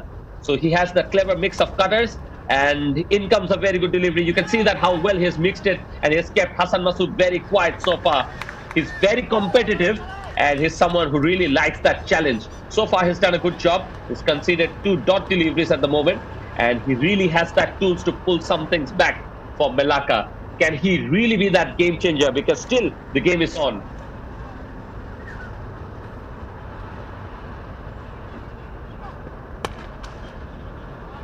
Oh, one more time we have to say that Hassan Masood was not really on full control on that one. Did not really get the timing as better as he could have done. But still it is good enough for a couple of runs. That's how good the placement of someone like Hassan Masood has been throughout this tournament, I have to say. And this day is no different. So Saleh Sadman has been right on the money in that first 3 deliveries, and he's someone who's been as cool as an ice under pressure. So exactly what Malacca needed. It's been a calm and calculated start to the death overs, and he needs to finish well. That will be the key. Dot balls are gold at this stage, and here's Saleh Sadman running in. He changes it up, and that will be signaled a wide. In an attempt to stay away from the hitting zone of Hassan Masood, Saleh Sadman almost overcompensating. You can see that he's disappointed with himself, but right now he's going back to his bowling mark with an intention to make a mark.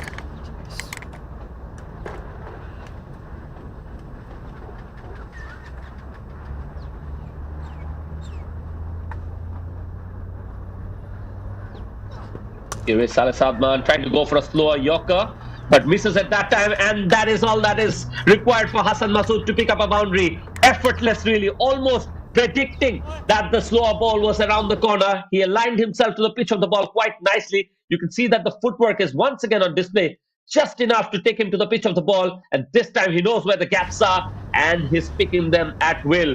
The start of the over was very good for Saleh Sadman, but this time, where perhaps wide Yorker was required, missed out on producing that. And most importantly, Saleh Sadman needs to be unpredictable here. There's 2 more deliveries remaining. That was a short pitch delivery. Ball goes up in the air. There's someone hovering, but is the timing good enough? Yes, it is. That takes it all the way to the boundary with a maximum. Hassan Masood once again having the last laugh. Really, he's done a good job just realizing what kind of delivery Saleh Sadman is up again. And this time, he's almost alert to the situation. The ball went quite a few feet in the air, but for a moment I thought that someone will be out there to just pick it up, but eventually it is the gap finding of Hassan Masood which is in full display one more time. So turning out to be an expensive over, even though he started off so well. That was another cutter. This time it is picked up on the leg side. Good effort in the field, but eventually half stops it. Needs to do the good work, and before he is able to give the ball back to the bowler, it is 2 more runs. So once again, Saleh Sadman has been slightly expensive. He'll be very disappointed, especially given the start that he has had to that over. And in it, we have already seen Johor reaching 200 and well above. At the moment, the score is 209 with a loss of 2. 18 overs completed. Still, they're looking for another bowler who can step up and produce the good. Because the first wicket fell at 56 and the second at 106. And since then, what a tormenting partnership this is turning out to be. They've been absolutely dominating. The score on the board is 209, and if you think of it, they've already scored 100 runs between themselves. This has turned out to be a brilliant partnership, full of domination, and the partnership is something that will be talked about even later, because this is one for the ages, we have to say. Partnerships are often known to be something that determines a big total, and today that has been everything that we have seen today happening. Hassan Masood and Shahzad Ramli has taken full control of this game, especially since the moment that they arrived, and they've rotated the strike brilliantly. And look at that, fearless one more time from Shahzad Ramli. He doesn't care about the fielders at the moment, even a touch of luck in his favor, and right now the ball finds no man's land.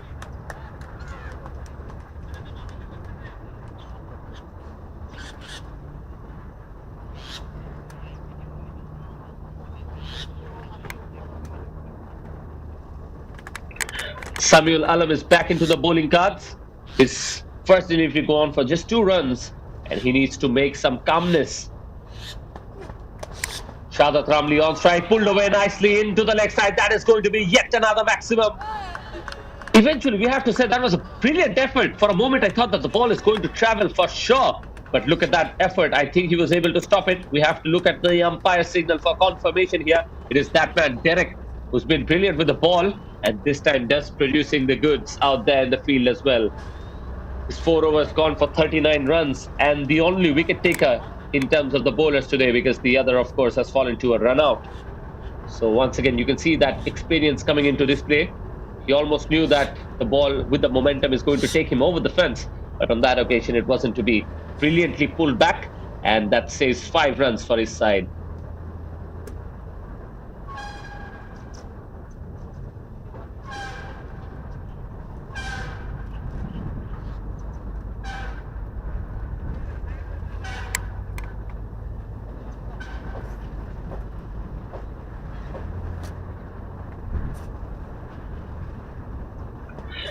Up against the left-hander now.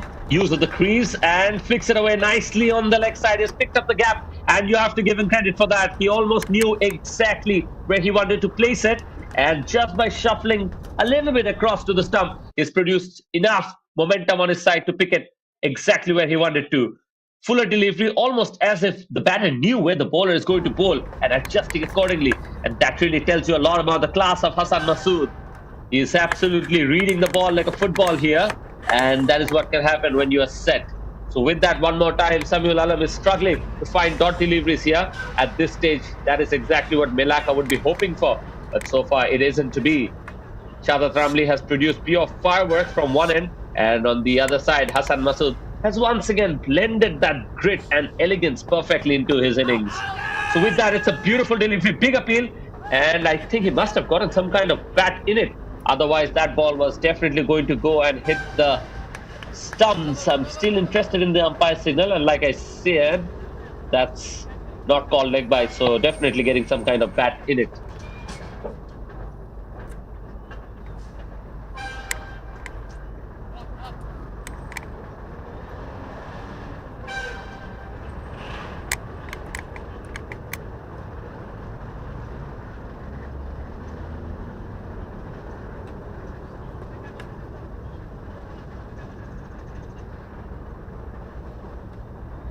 And in comes Samiul Alam. He has two more deliveries remaining. Shahzad Ramli is on strike, Fuller delivery, and that is exactly what was required for him to deliver throughout this over. That's the Yorker. It is priceless if the bowler is able to execute it. And I have to say that so far in this innings, Malacca have really found it wanting for producing such deliveries. You can see that a good old-fashioned Yorker is never really going to go out of use in this format of the game, because not too much can be done by even a set batter by Shahzad Ramli if the bowler is bowling in such good areas. So execution is what is going to get the full marks on that delivery, and he needs to finish well. Last delivery of his spell coming in, it was smartly delivered outside the off stamp, and Shahzad Ramli has lost his footwork in the process, trying to just use the power that he has on that shoulder, eventually missing it completely. So last over will be coming in. It's already 217 runs on the board against a very strong side like Malacca. So they'll want to put in the finishing blow, and in comes Saleh Sadman one more time. He will want to take that little bit of time to set the fielders exactly where he wants them to, and let's see if he's able to produce a good over and bring Malacca back in the game.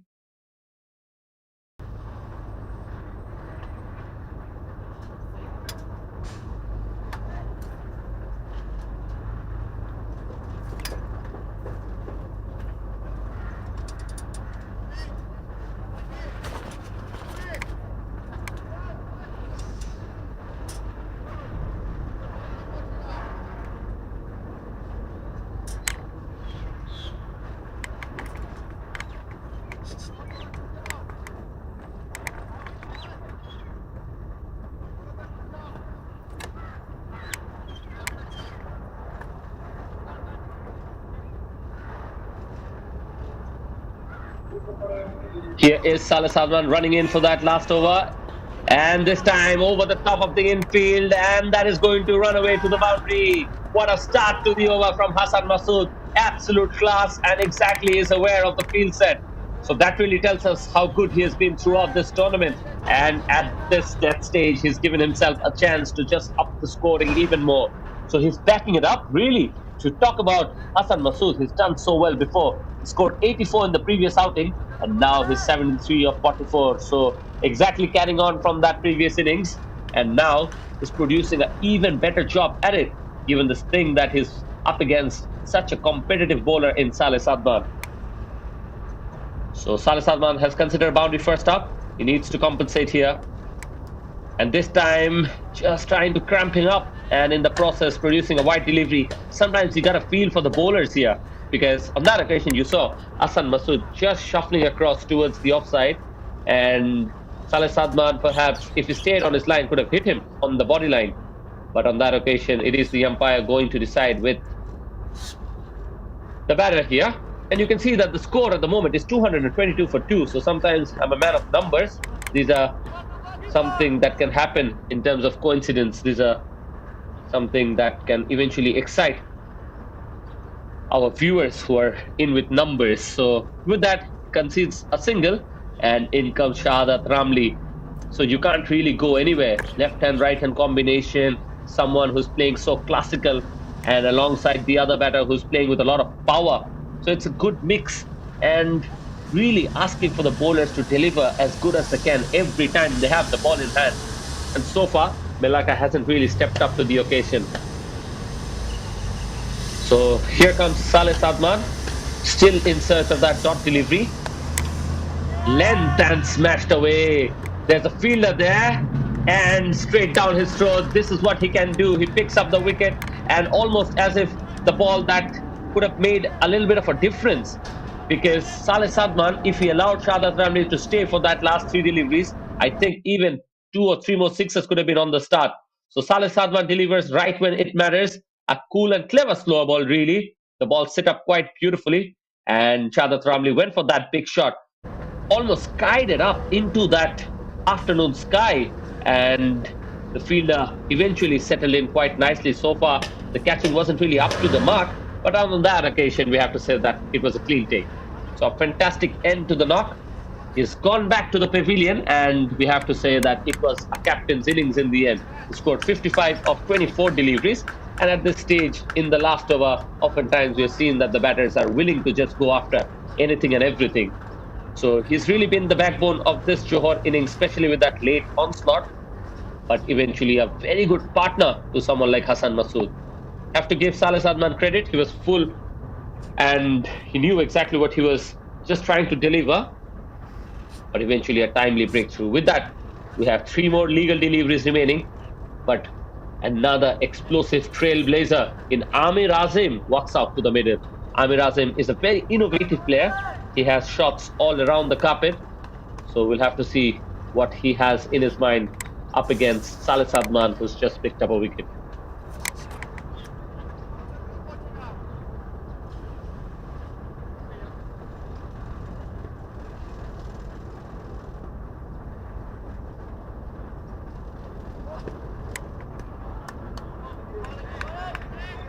Very good delivery from Saleh Sadman, trying to drag that length, and it's a dot ball for a stop. Brilliant bowling once again from Saleh Sadman. He's mixed it quite nicely. He's used that slower ball quite beautifully as well, and have to say this is turning out to be elite death bowling under tremendous pressure from that man who has lots of experience going his way. So Amir Azim yet to get off the mark. He doesn't have enough time. Just two more deliveries remaining. He has to capitalize. Let's see from here where it goes. Oh, beautifully done. But would you believe it? Anticlimactic. That's a no ball. A very good delivery, we have to say, almost like he has ice in his veins. But eventually he has overstepped. So you can see that he's disappointed with himself. Under that smile is going to hide away the fact that he was trying to go on with a few dot deliveries. And against Amir Azim, who's such a talented young batter. Lots of experience up in his side. He's known for that finishing. Let's see if he's able to capitalize on this no ball here.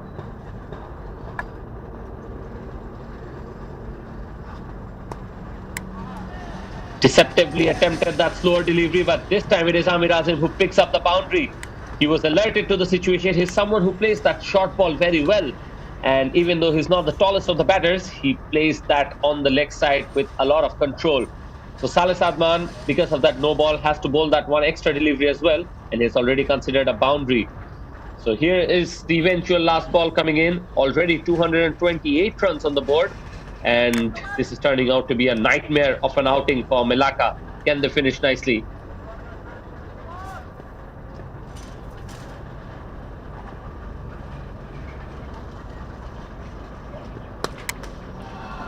Oh, what a shot this is, full of authority, smacks it on the leg side. Fielder was almost hoping that he can catch it, but the ball was always going to go over him. So finishes off with a 6, and that's the end of a blockbuster innings here at BAYUEMAS Oval. Johor finishes with a mammoth total of 234 runs, just with the loss of 3 in their 20 overs. This has been a batting exhibition really to talk about. We've seen thunderous innings from Gulraiz Mohammad at the top, scored 57 of 34. And then came one more time Hassan Masood with a blistering 60 odd runs, 74 rather, of 45 deliveries. but it was the cameo from Shadat Ramli that really gave this innings momentum. He scored 55 of 25 and turned out to be an absolute nightmare for the bowlers of Malacca today. 22 extras have gone their way. And if you just have a look at the bowling card, everyone has been so expensive. Just to mention, someone like Samiul Alam had a bad day. 9.5 was his economy. Derek Michael was the bowler who picked up the first wicket for his side. 4 overs gone for 39. But other than that, only Saleh Sadman featuring amongst wicket. It was difficult ask for someone like him as well to deliver. He's gone for 55 and picked up a wicket. Nobody else really stepping up to the occasion. And eventually, that is the reason why Malacca will be now facing a mountain of a total to come out victorious. The target in their mind will be 235. So, with that, I request you all to stay with us because the chase is also going to promise some fireworks. Thank you very much. We'll be joining you shortly.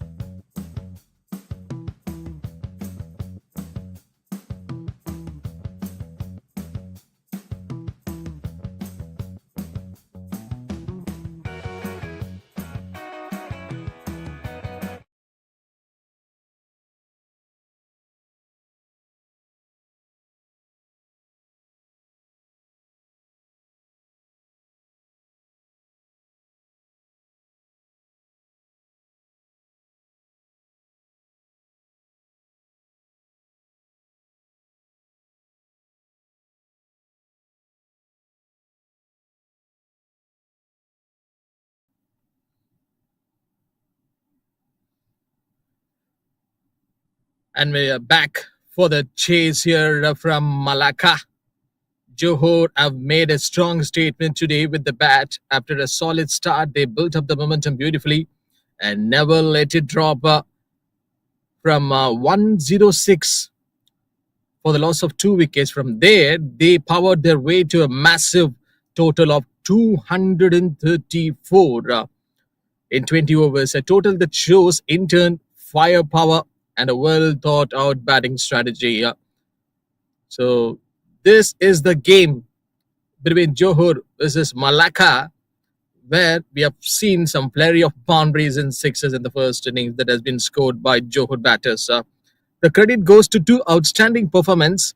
Azan, a classy knock of 74 from just 45 deliveries and not out, peppered with 6 boundaries and 4 sixes. He held the innings together and then accelerated at the right time. Shadet, who always comes down the order to bat for his side, but today's match, he came a little bit early, and with the sheer carnage, he smashed 55 of only 25 deliveries, including that 7 boundaries and 2 sixes. So that partnership went well and good. So that is the reason they have registered a total of 234. Here we go for the first ball of the second innings. Malacca openers Kuvendran and Arifur is at the crease. Johor to total, that gives the bowlers a big cushion. Together they stitched a powerful partnership that broke Malacca's rhythm completely and took full advantage of the conditions at BAYUEMAS Oval. Johor played their first game here at this venue, but they couldn't able to seal the win. So they are looking for the first win here in this venue. But Malacca, what happened for them at last game against Pahang here at this same venue, BAYUEMAS Oval? They've got a win. So it's like a cat and mouse game between these two sides.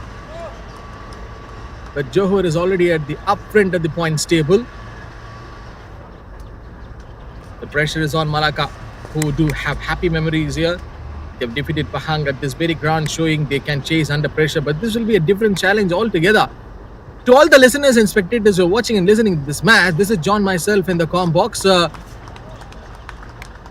in the first innings, the last few was we were listening to Abrar. So this match is live on fan code and gone, I think so. What was that? No, it seems, but in front of my eyes, what I have seen, that the batter confused me. I couldn't able to get that clear picture, like what happened. So, but today, Johor, they have made a statement, not only crossing the 200 runs once again, but registering 234, their second 200 plus score in this tournament. And we know Kuala Lumpur is the first team to register 266. So this track is already turning out to be a batting paradise for the team who bats first at this pitch. Kuvendran is at strike, and it just deals with the single.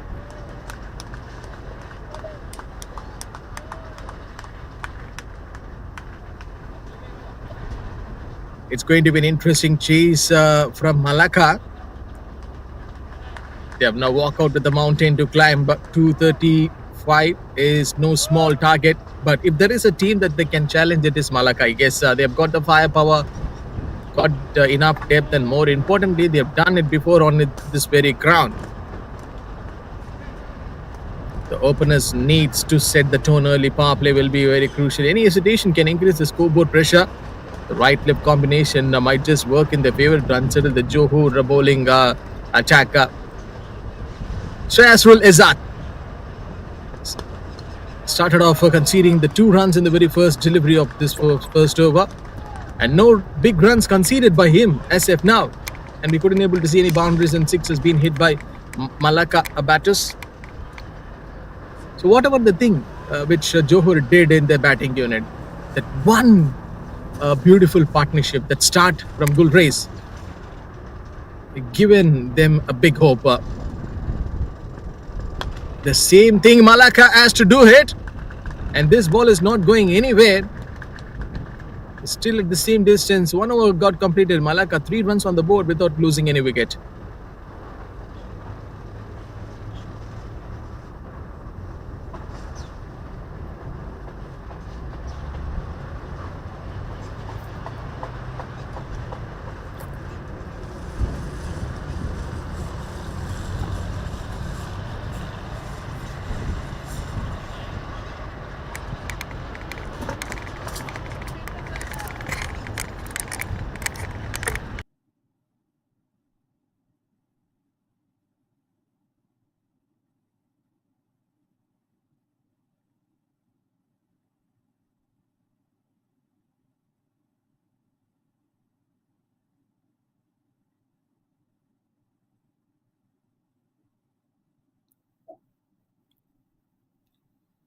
One over got completed. Malacca 3 runs on the board without losing any wicket. So here comes the man who's too handy with the bat today.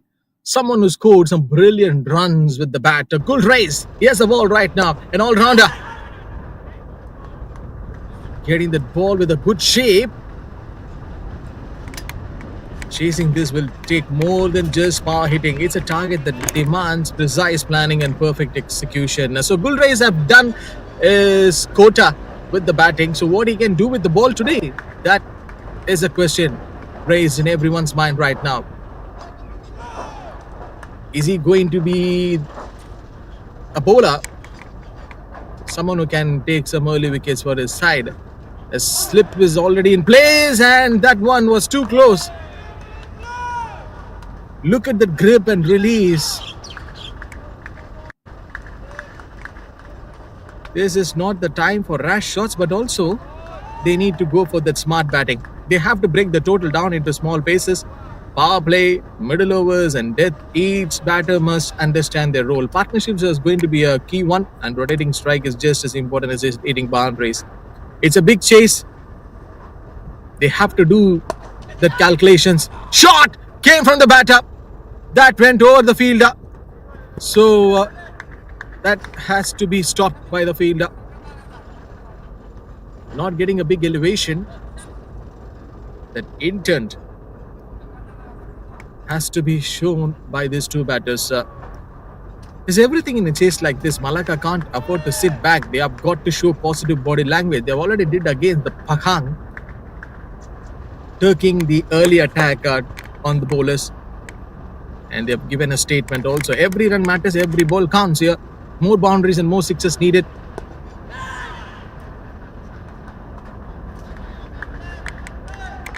It is the right time for them to accelerate this innings strike rotation. The batters know they can't let the required run rate climb too high after accessing the pitch and selling it. They are starting to take as many as a calculated risk, finding boundaries and rotating the strike smartly. This phase is actually going to be a crucial one. This is where the games are won or lost. We could see that slip in place for these two batters. Wow. Massive bowling from Gulraiz. He's turning out to be a standard performer. Just in case, if we see his bowling action, getting that long run up, using his pace very well, hitting on the harder areas and giving that same trouble to his respective batters. Kuvendran. Big shot came from Kuvendran, but just have to check whether it clears the boundary ropes or not. And it almost went near to that. That has been stopped. No big run scored at that last delivery of this previous over. 2 overs have got completed. Malacca 7 runs on the board without losing any wicket.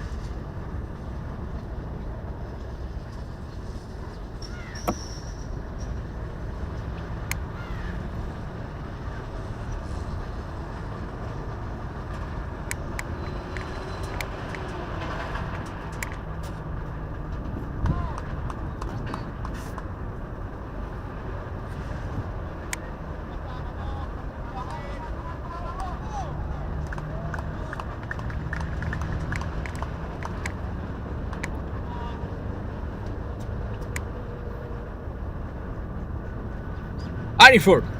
He didn't open his account so far. Facing 2 deliveries. Useful hit from him. This one has been launched. So just a couple of bounces, so which means a boundary for Malacca. First boundary in the innings of Malacca. That came from the bat of Arifur.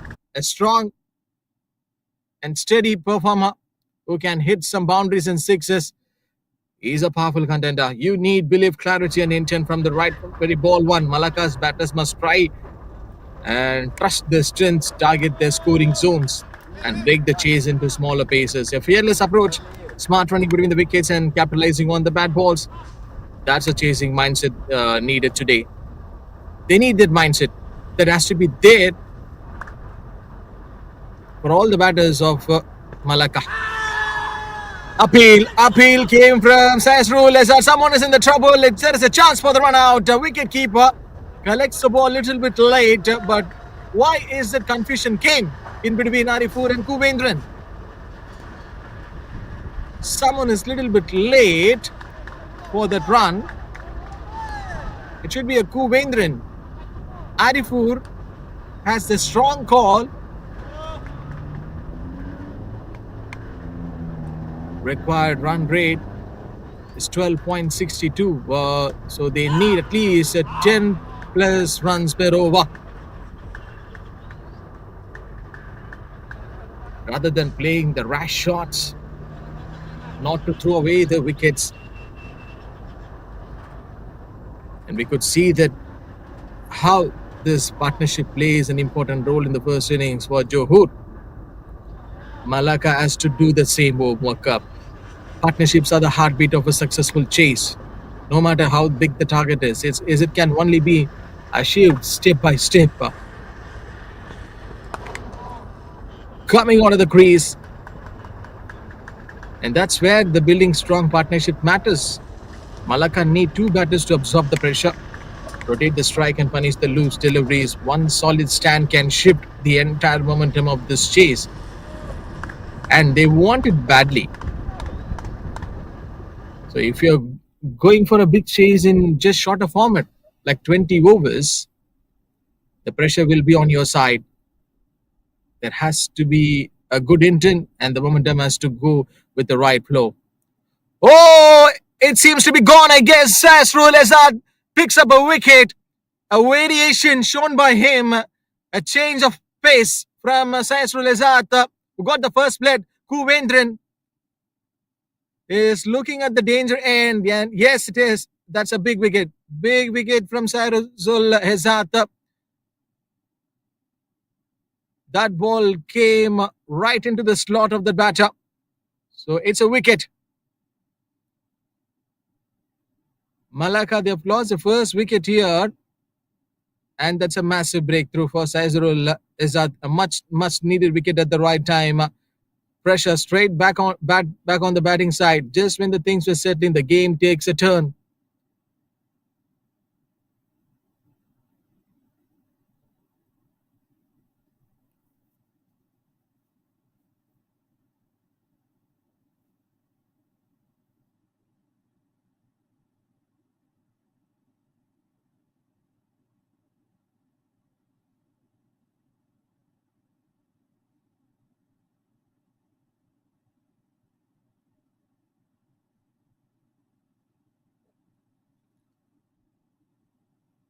Saisrul Azad went for 8 and he picked up a wicket in this over. Brilliant execution from the bowler, a subtle change of pace, and that's what did the trick. Yeah, deceived the batter completely with the slower one, mixed up the variation beautifully. It wasn't an express pace, but smart bowling held it back just enough, and the stumps are rattled. That's what you call a thinking bowler. Is he going to do the same thing again for this new batter, Mohammad Sufyan? Looks safe. 3 overs have got completed here. Malacca, 14 already on the board for the loss of 1 wicket.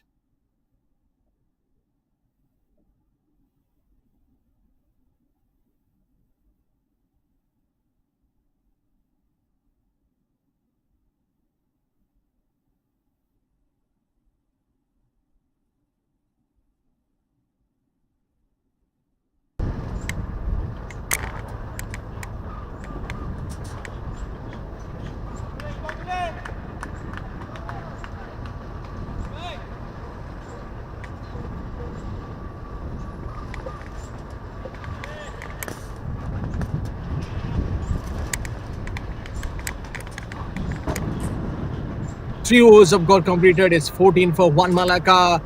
Ball down the leg side. That's a wide signal straight away from the umpire. Gulraiz.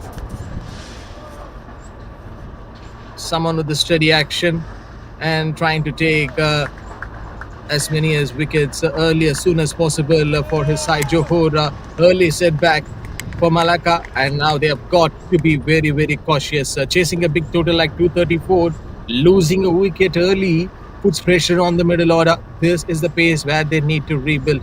Rotate strike and avoid any rash decisions. Number 3.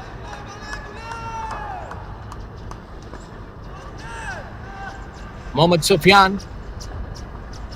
We saw that what he did in the bowling for his side today. So a solid partnership from here can still bring them back in the game. But for now, it's all about focus, patience and smart cricket.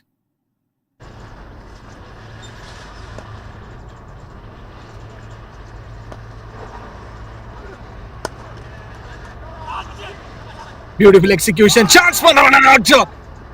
Again, there is a little bit of the presence of mind being used by the fielder to hit the stumps. They've got an early bump. In this replay, we can see that frustration. That call came from the batter. He was already almost at the danger end.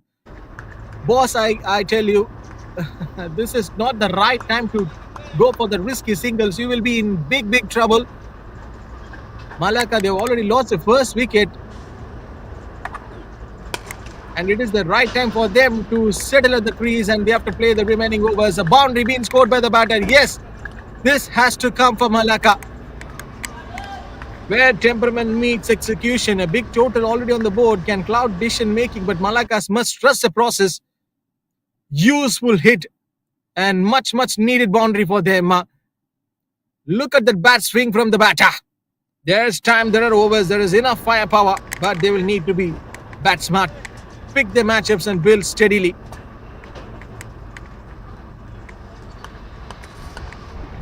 Now Gulraiz has been damaged by Arifut. Oh, bowls a beautiful delivery. But with the gentle stroke, the batter will get that run. So in a chase like this, early wickets can derail a momentum. The key is not to get panic. A 50 or a 60 run partnership here can reset the tone completely. Not only in game and also in life, reset is a key word. And you have to be focused in what you are doing. So it's not just about scoring quickly, it's about scoring wisely. Johor will now look to tighten things up, cut the singles, dry the boundaries and build pressure. Malacca need to stay calm. And they might be seeing the scoreboard. 23 already on the board for Malacca. In 3.5, take it to deep. And remember, every over is an opportunity to shift the momentum. They have to find out like in which area they are lacking out. They're coming after a victory over Pahang. Beautifully played and chance for the fielder to take the simple catch. That man was out there and they've kept the fielder out there. Right plan, right strategy. Gulraiz finally taken a wicket. And we have spoken about this. Gulraiz is too handy with the bat today, and finally he has shown that grit and determination towards a game of cricket through this wicket. Straight into the hands of the fielder's hands. A big wicket for Johor. 4 overs have got completed. Malacca 23 already on the board for the loss of 2 wickets. So which means Malacca, they're losing the wickets at a regular interval.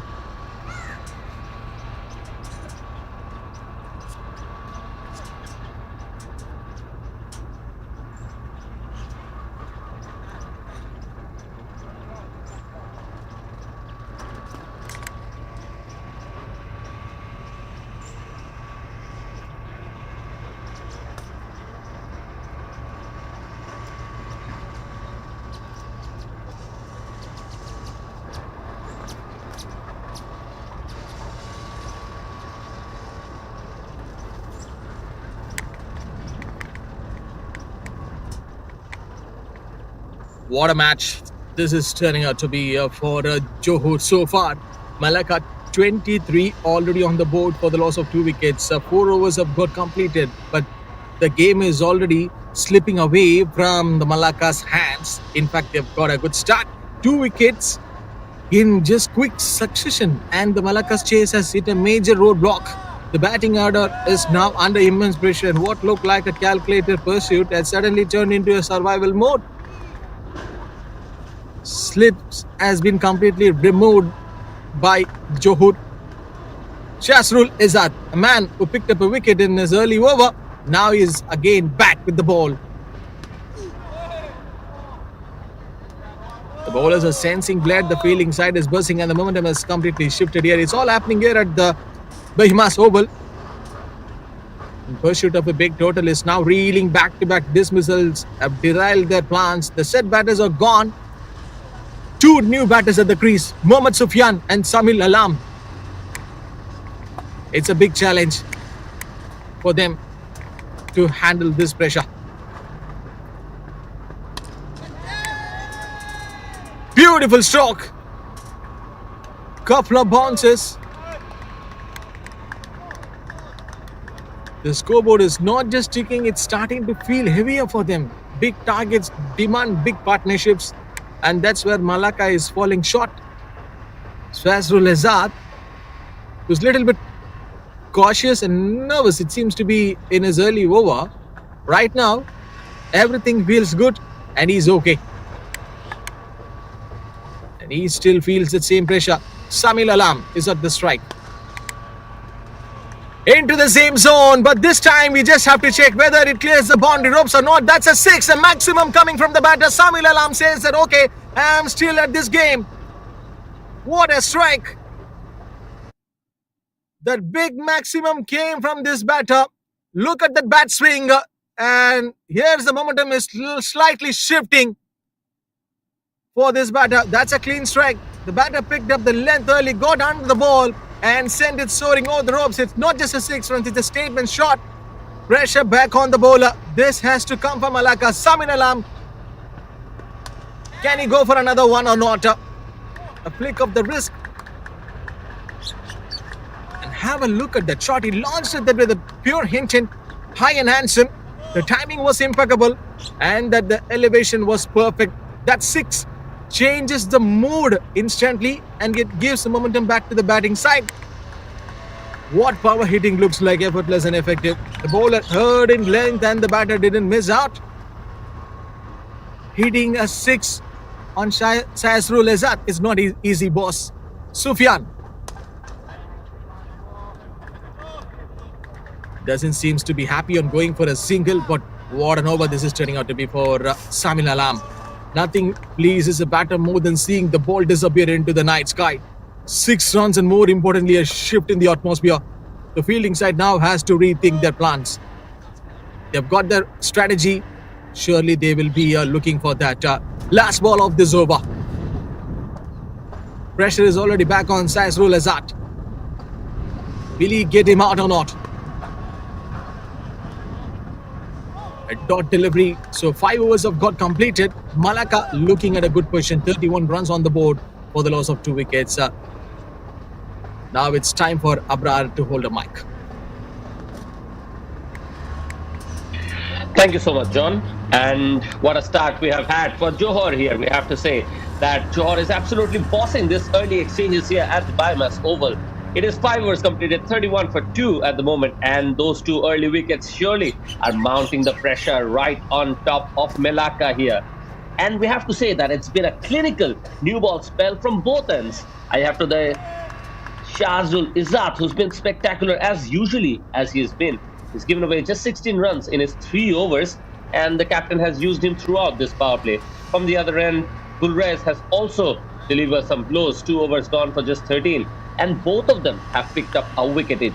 So I have to say now that Gulraiz is back into the attack, what does this man not do? He's done exceedingly well with the bat in hand today, just earlier on, and now he's back with the ball in hand, and he's getting that usual outswing going on. He's a man who's so synonymous with Johor and their success, and once again he stepped up to the occasion. So today he's having another dream of an outing, and we'll have to see if that script is what is to follow.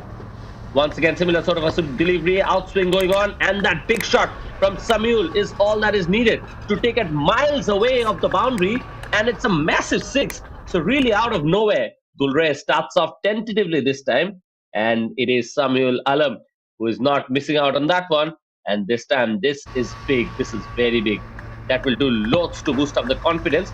And would you believe it? This is the second maximum that Samiul Alam Badon has hit, and with that, he's moved up to 13 runs of just 3 deliveries. So really, they are the two capable batters in the middle.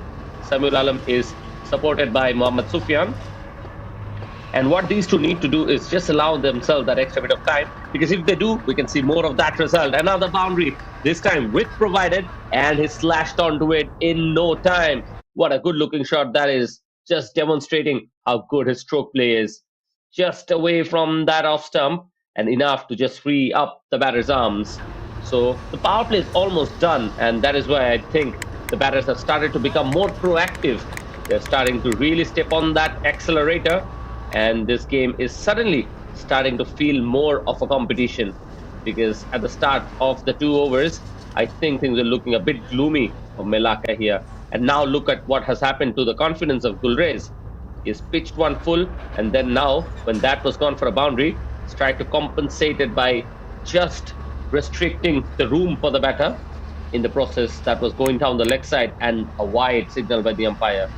So already 11 runs coming off the first 3 legal deliveries, first 2 rather, given that was a wide. So this is turning out to be exactly the end to the power play that Malacca would have hoped for.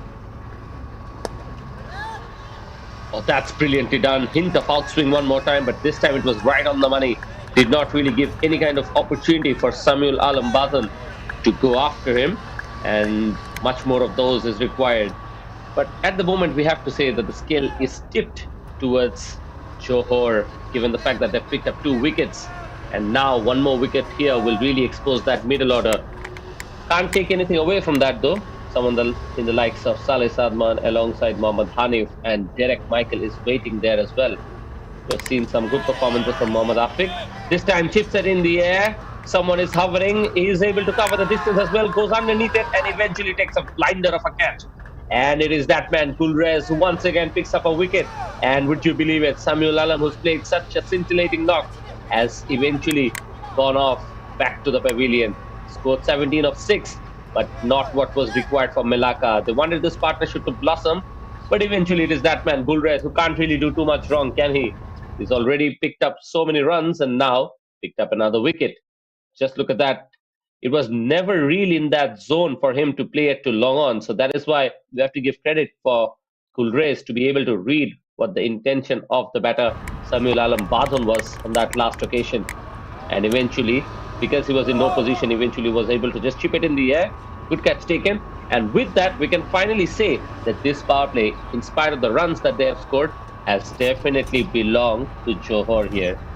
In comes Saleh Sadman, lots of experience up his way, but he will have his work cut off here. Not only he needs to make a good partnership with Mohammad Sufyan, but at the moment the required run rate is 13.47. A mammoth of a total waiting to be chased, and we're in a very critical phase of play here.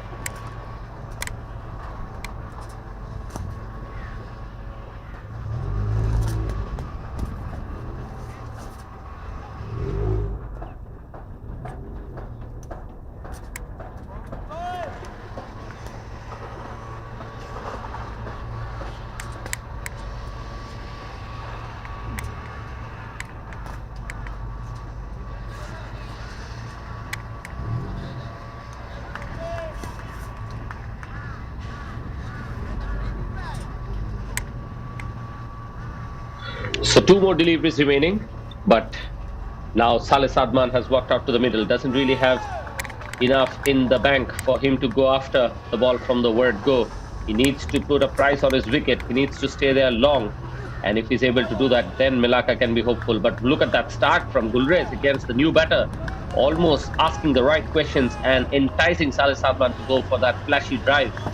Maybe in the process, just hopeful for an outside edge.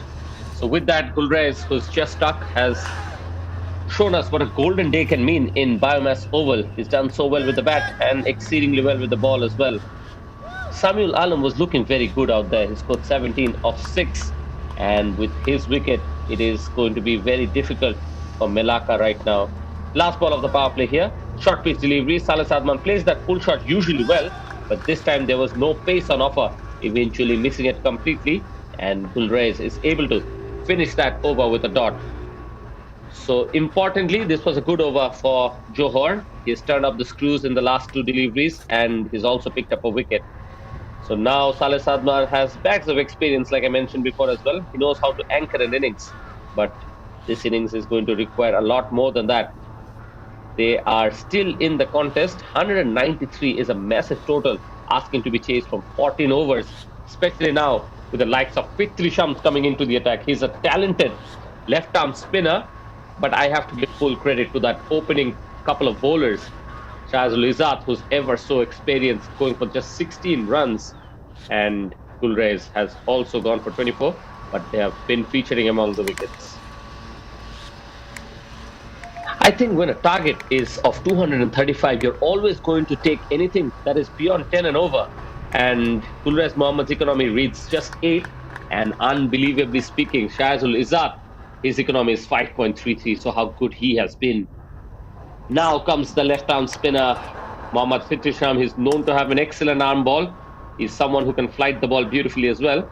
Starts off nicely against Mohammad Sufyan, and he's able to nudge it down the ground for a single. So I think this is going to be the passage of play where we see some singles and doubles.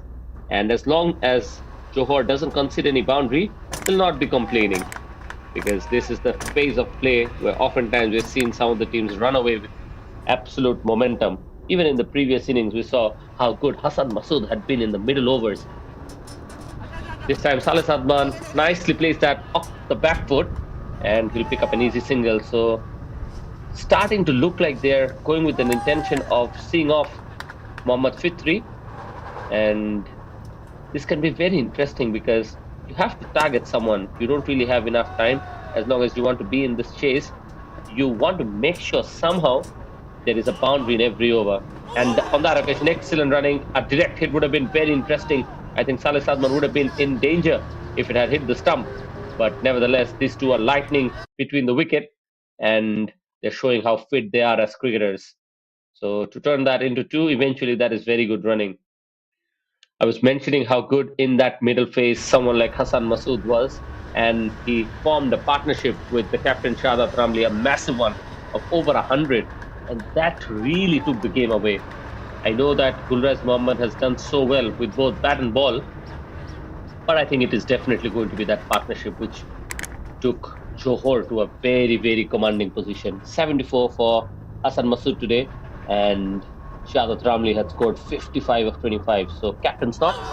He's going to be coming around the corner for his off spinners as well. But so far, I think the platform is really starting to look set for Johor to really launch out a very aggressive gripping attack in terms of the bowling. On that occasion, Saleh Sadman was almost trapped on the back foot, but eventually ball was looking like it will go over the stump, so it's safe. Good use of technique this time to negotiate, but there was never going to be a run on offer. Excellent couple of deliveries to finish off the 7th. 7 overs done, it's 47 with a loss of 3. And Fitri is already showing us how good of a result the spinners can exploit if they're able to pitch it in the right areas. So with that, I'm just waiting to see if the captain Shahzad Ramli decides to come back himself, but looks like at the moment he's happy to use his other bowlers. But after the initial start from the two fast bowlers, Gulraiz with his typical outswing going, and Shaz will bring the ball into the right-handers. It is the introduction of spin starting to look productive, and that is why I have to say that this was an excellent decision from Shahzad Ramli, especially after winning the toss. He had no hesitation to have a go with the bat, because we know that this pitch usually, as the day progresses, really starts to benefit the spinners. There is always that extra movement of the pitch, and that is something that the spinners are known to exploit. Almost historically speaking, more of the wickets have been taken by the spinners operating. And talking about wickets, if you look at the bowling chart in this tournament, someone in the likes of Prashant Madhukar really comes to my mind. He's been so well in this tournament. He's picked up 5 wickets in one of the matches, and in total, he's picked up 11. And some of the other names that are notable I have to talk about is someone like Mudita. He's picked up 100, and once again, he's a left-arm spinner who's done very well in this tournament. He's the second highest with 7, so it tells us a lot about how good he has controlled the innings as well. And at the moment, it is Mohammad Sufyan, another spinner who's batting, and he scored 6 of 10. But you can't really afford to take too long to settle in. You have to ensure that the boundaries are coming, and that will do lots of good to the innings of Malacca. Placed away nicely with a little bit of finesse, and this time exactly what the doctor ordered for Malacca here. He was just eyeing to pick up a boundary, and that could be a pressure release stroke for him, especially because he did not really have to do anything risky out there. Sometimes we associate a lot of power when it comes to scoring boundaries and sixes, but on that occasion, he has demonstrated how sometimes ease and grace will do it. This time, use of the feet, nicely placed it onto the leg side. I think Shahadat Lamrin can be a little bit more proactive in terms of restricting these two batters, given that they need a partnership that is to be brewed. I think both these batters are not looking to play any fancy strokes. So this is where maybe you can get in that short mid wicket to stop that run. And sometimes you can keep proactive cricketers like Saleh Sadman very much in his crease if you don't allow some free singles, because he likes to be very busy. So let's see how Samsul Ikmal goes. So far, it's been a good over in spite of that boundary. And you can see that he's played one straight to the fielder, but how good he understands how well he has timed that shot. He knows that it was played with soft hand, and by the time the fielder would be able to get it back to the bowler, he always knew that a run was on offer. So with that, Melaka's batting card is speaking a little bit of a sorrow, because Kuvensan was coming out to bat with a little bit of intent, but he has gone out scoring 6 of 12. His other partner, Arifur Rahman, scoring 14 of 11, and then the wicket of Samiul Badhon really put them under a little bit of pressure when he scored 17 of just 6 deliveries. Now Mohammad Sufyan is 11 and Saleh Sadman 3, but this needs to be the partnership for Melaka. They are known to be very good technical batters, and we'll have to see how they negotiate this bowling attack. At the moment, 8 overs done, 55 with a loss of 3. Mohammad Fifri Sham is back to operate. He's gone for just 5 runs in his previous over. Runs required, if you look at it, 180 from 12. 15 runs is that economy. If they want to compete, they'll want to pick some runs in quick fashion, but it is not to be on offer. Looks like the spinners are getting a grip of this pitch.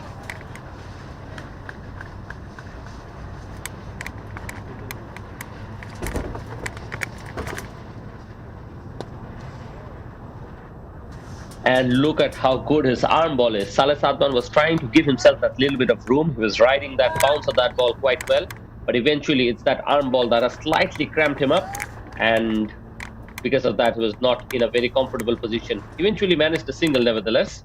But right now, it's the spin strangling that we've seen multiple times throughout this tournament. And it's almost like a repetition of it.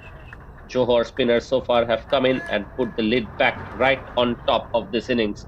Samsul's previous over gone for just 8, and Fitri Sham is under 5 and over at the moment.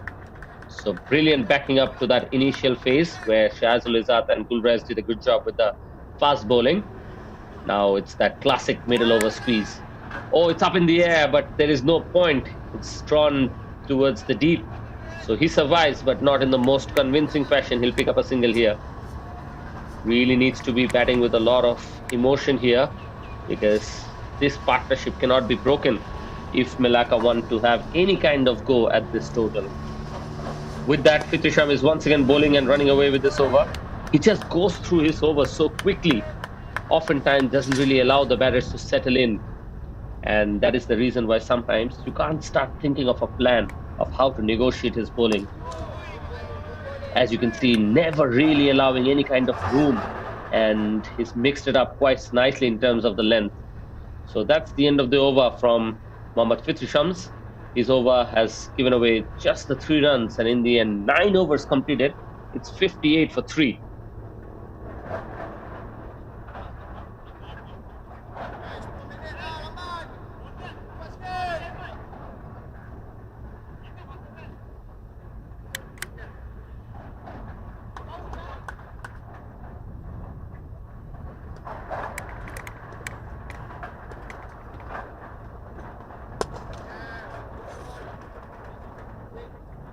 This time driven quite nicely down the ground, and it goes straight to the fielder in the deep. Samsul Iqmal has supported someone like the more experienced Fitri Sham quite well, and his off spinners are also not allowing the batters to just get runs as free as they would have wanted. This time the slot sweep comes in. This is what pressure can do, and I have to say that this is turning out to be a real grind for Malacca in terms of the batting approach.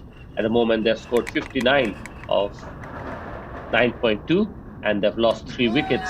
But look at how tight the line and length has been. The spinners are looking like they're wrapping this innings in some kind of a chokehold. I know it's like a wrestling move, but you can get an impression from what I'm talking about, because they're really not allowing the two batters, especially if you look at the score. Saleh Sadman 6 of 11 rather, and Sufyan 12 of 17. So looks like timing is out of the equation. They're not really having any kind of momentum in their way either. It's not been easy, especially now since the surface is looking like it's offering some kind of grip for the spinners. And really, you can't expect it from the ever so experienced Fitri Sham. It was a misfield, but not too much of a damage done. They picked up a couple of runs only.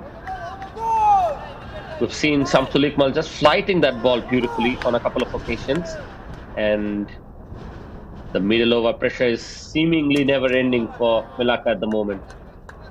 And that is good captaincy from Shadat Ramli. We were talking about how he should insert a short mid wicket, but at the moment, Johor is in full control and spin is ruling the middle overs. 10 over done. We're at the halfway stage. 61 with a loss of 2. 174 needed in the next 10. So this will be a very interesting contest. With that, it is going to be drinks.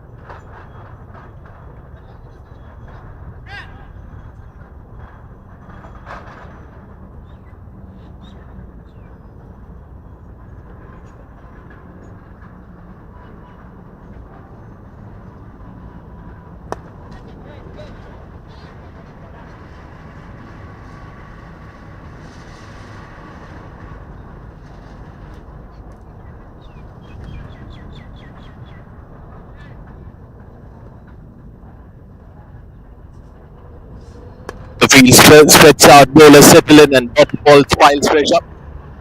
But this is also is going to be tested for the next few overs. It seems Malacca 64 on the board for the loss of 3 wickets. Mohammad Amir Azim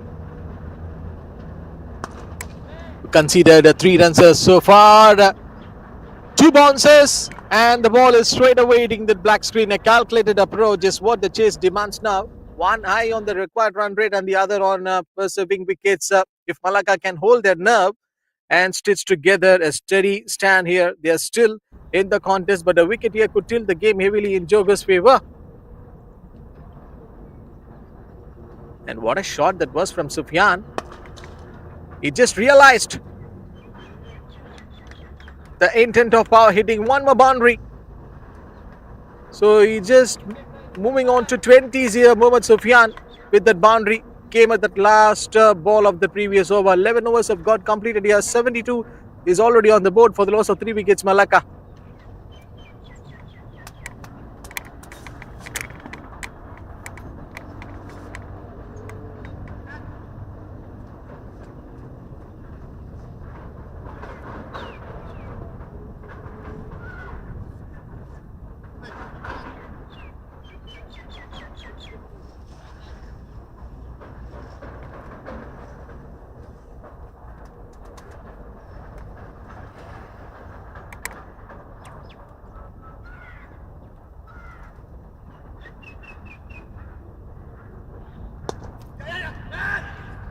Big shot came from the batter and chance for the run out. That should have been hit by the fielder. So middle overs, this is where the chase breathes or breaks. Mohammad Sahadat, the spinner in action, runs up to come for Malacca. Flies through the air, and this one came from the batter. A proper cricketing shot from the batter, and it's a maximum from Mohammad Sufyan. Useful run, and also that's a big hit came from this batter. Strike rotation, timely boundaries, and keeping the pressure off. And what a 6 to remember in this match. And great time for us to witness. And he delivers it. Short ball played towards the fine leg region. A couple of bounces. Someone has to go and stop it. And I guess that work has been done by the fielder. If they can milk the gaps and target the loose balls, this space can become the launch pad for the final assault. And they will be sticking to this right from the start of the second innings. Their intent was literally good, with Malacca playing some good cricketing shots. No mistiming shots.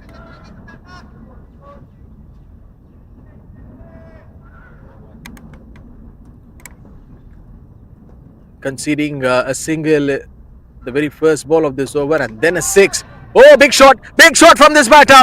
Is he clears the fielders or not? No, it seems straight into the hands of the fielder. So which means a wicket for Mohammad Sahadat. Another wicket falls for Malacca. It's 82 for 4 down right now. Salek is the batter, has to go back to the pavilion. A much needed breakthrough after the drinks break here for Johor. Right time for them to get this wicket. A strategy that has been worked very well. Thinking was great. Clever execution. Absolutely a perfect time for Johor to get this batter out.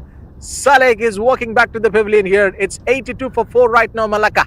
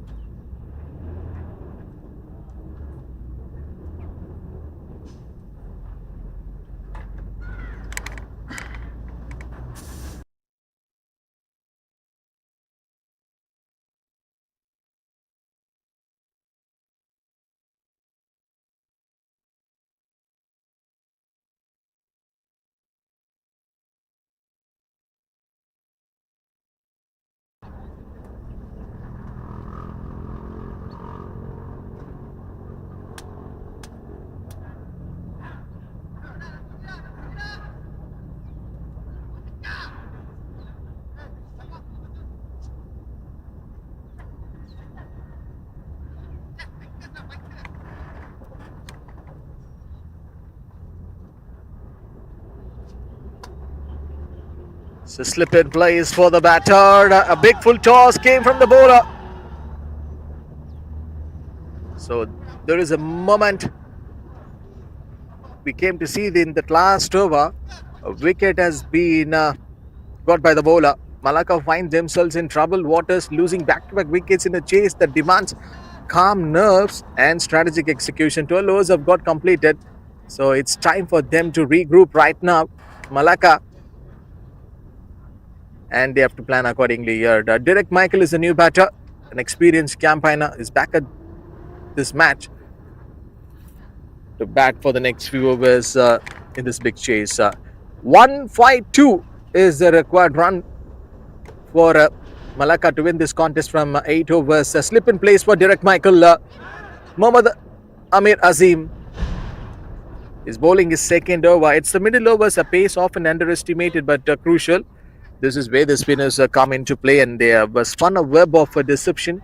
Tight lines and clever flight and subtle variations in pace are forced errors the batters in trying to break free succumbed to impatience. Instead of rotation strike and the building partnership, they've gone for the big shots early. Oh, trying to play towards the offside, and the bowler Mohammad Amir Azim given a little bit of hope for the batter to play the shot, free his arm. So for Malacca now the game hinges on rebuilding. They need a stable partnership to regain that momentum, but with the scoreboard pressure climbing and spin dominating, the road ahead looks steep. Unless they bring in composure and craft, this chase may well slip away.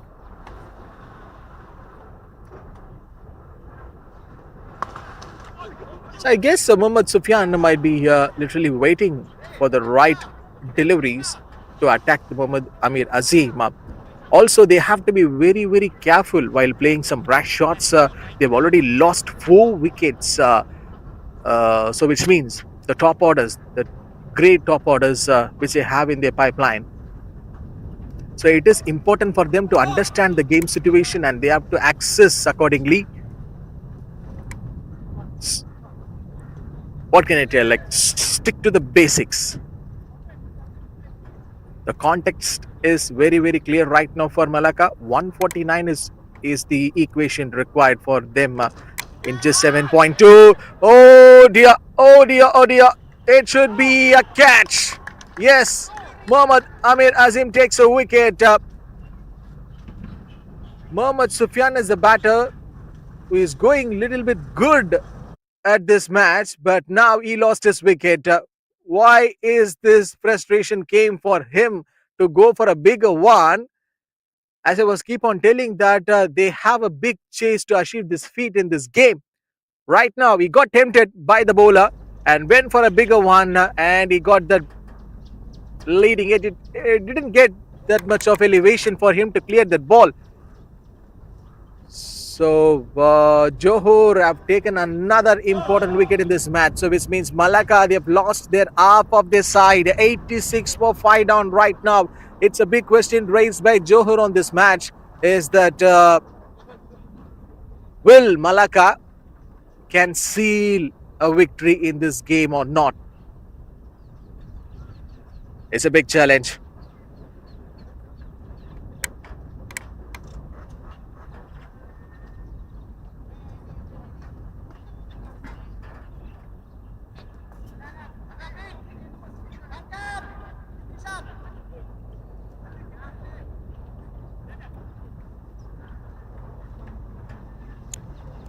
They need a discussion. Derek Michael, Mohammad Afiq Makri.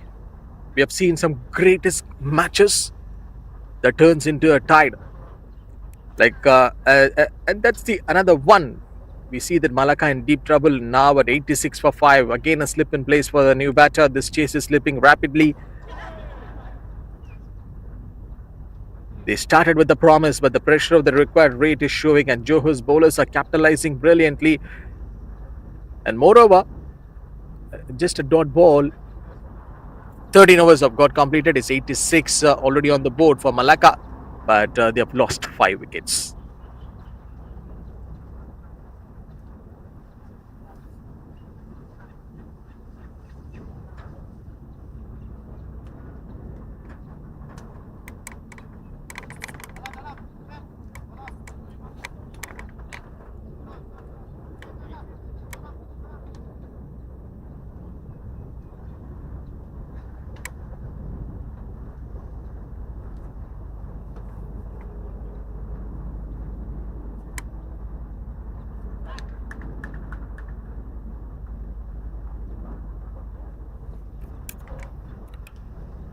Spinners are so great so far for Johor during this middle overs, and here comes a white from Mohammad Sahadat, the man who picked up a wicket in his last over. Sound of bat. The middle overs are often the most testing pace for any batting unit. Should be another call. I guess he is okay. The fielding is spread. Singles are on offer, but boundaries dry up with spins. Batters into risky strokes. This is where game awareness, rotation of strike, and building partnership become crucial. Spinners comes into the play. Variations get sharper, and dot balls builds pressure. Derek Michael is on strike. He's a big hitter. And this is the one I was just telling that, but no big power needed for Derek Michael to get this boundary. Just a stroke from Derek Michael. And that ball races to the boundary ropes. A much boundary. More boundaries needed for Malacca. Shot played by Derek Michael. Oh, that was absolutely a fantastic effort near the boundary ropes. Exceptional fielding effort. This one was almost been a brilliant one from the fielder. Not an easy task for him to go and get the ball in his hands. Fantastic effort. Fantastic effort. This one has to be appreciated from the dugout of Johor. The man who went for the ball. And they are too good in their fielding stuff today. Not only with the bat, not only with the ball. Phenomenal performance from Johor. They are looking like a strong unit, coming with the full power and showing their full strength. Is it gone? I guess that catch has been taken, but there is no big celebration. So which means Derek Michael has to go back to the pavilion. What was that from the fielder? Shot mid-wicket, it was so sharp. Tactics has been worked out very well for Johor. They went with the proper spinners during this middle overs. Spinners does the trick. Pressure on Derek Michael to play for a bigger one, so he lost his wicket. No big company for Derek Michael, but that frustration literally hurted him a lot. Disappointing. Disappointing one from Derek Michael. 95 for 6, down right now Malacca. Boss, this is a T20 cricket match. We have seen that miracles do happen in a cricket, but not only for the batting side, and also to the spectators and listeners who are watching and listening to this match. This match is live on Fan Code app. Just take your mobile phone and search in your mobile through Fan Code MCA Malaysia Interstate T20 Championship. Then you will get this wonderful match. It's live happening at BAYUEMAS Oval, Malaysia. So Mohammad Sahadat has taken a wicket right now. New batter is at the crease. Mohammad Hanif. 14 overs have got completed here. 95 for the loss of 6 wickets. Malacca, they need another 140 from 6 overs.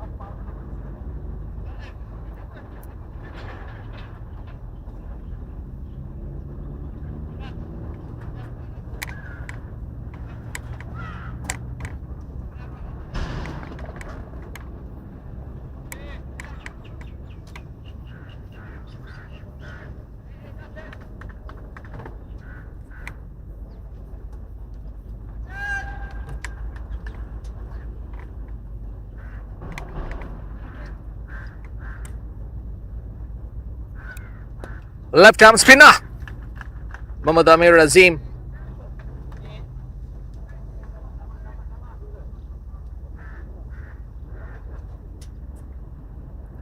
Johor have been absolutely brilliant today. Their bowlers, especially in the middle overs, choked the run flow, took the crucial wickets, went for the right bowlers, and never allowed Malacca to settle. Runs like this for Malacca will give them a little bit of relief with disciplined lines and clever variations and sharp fielding. So it's just a complete package. Performance of Johor today have turned this chase into a near impossible mission. It's been a complete team effort, a tactical masterclass. They've used the right bowlers at the right time. Oh, Mohammad Amir Azim.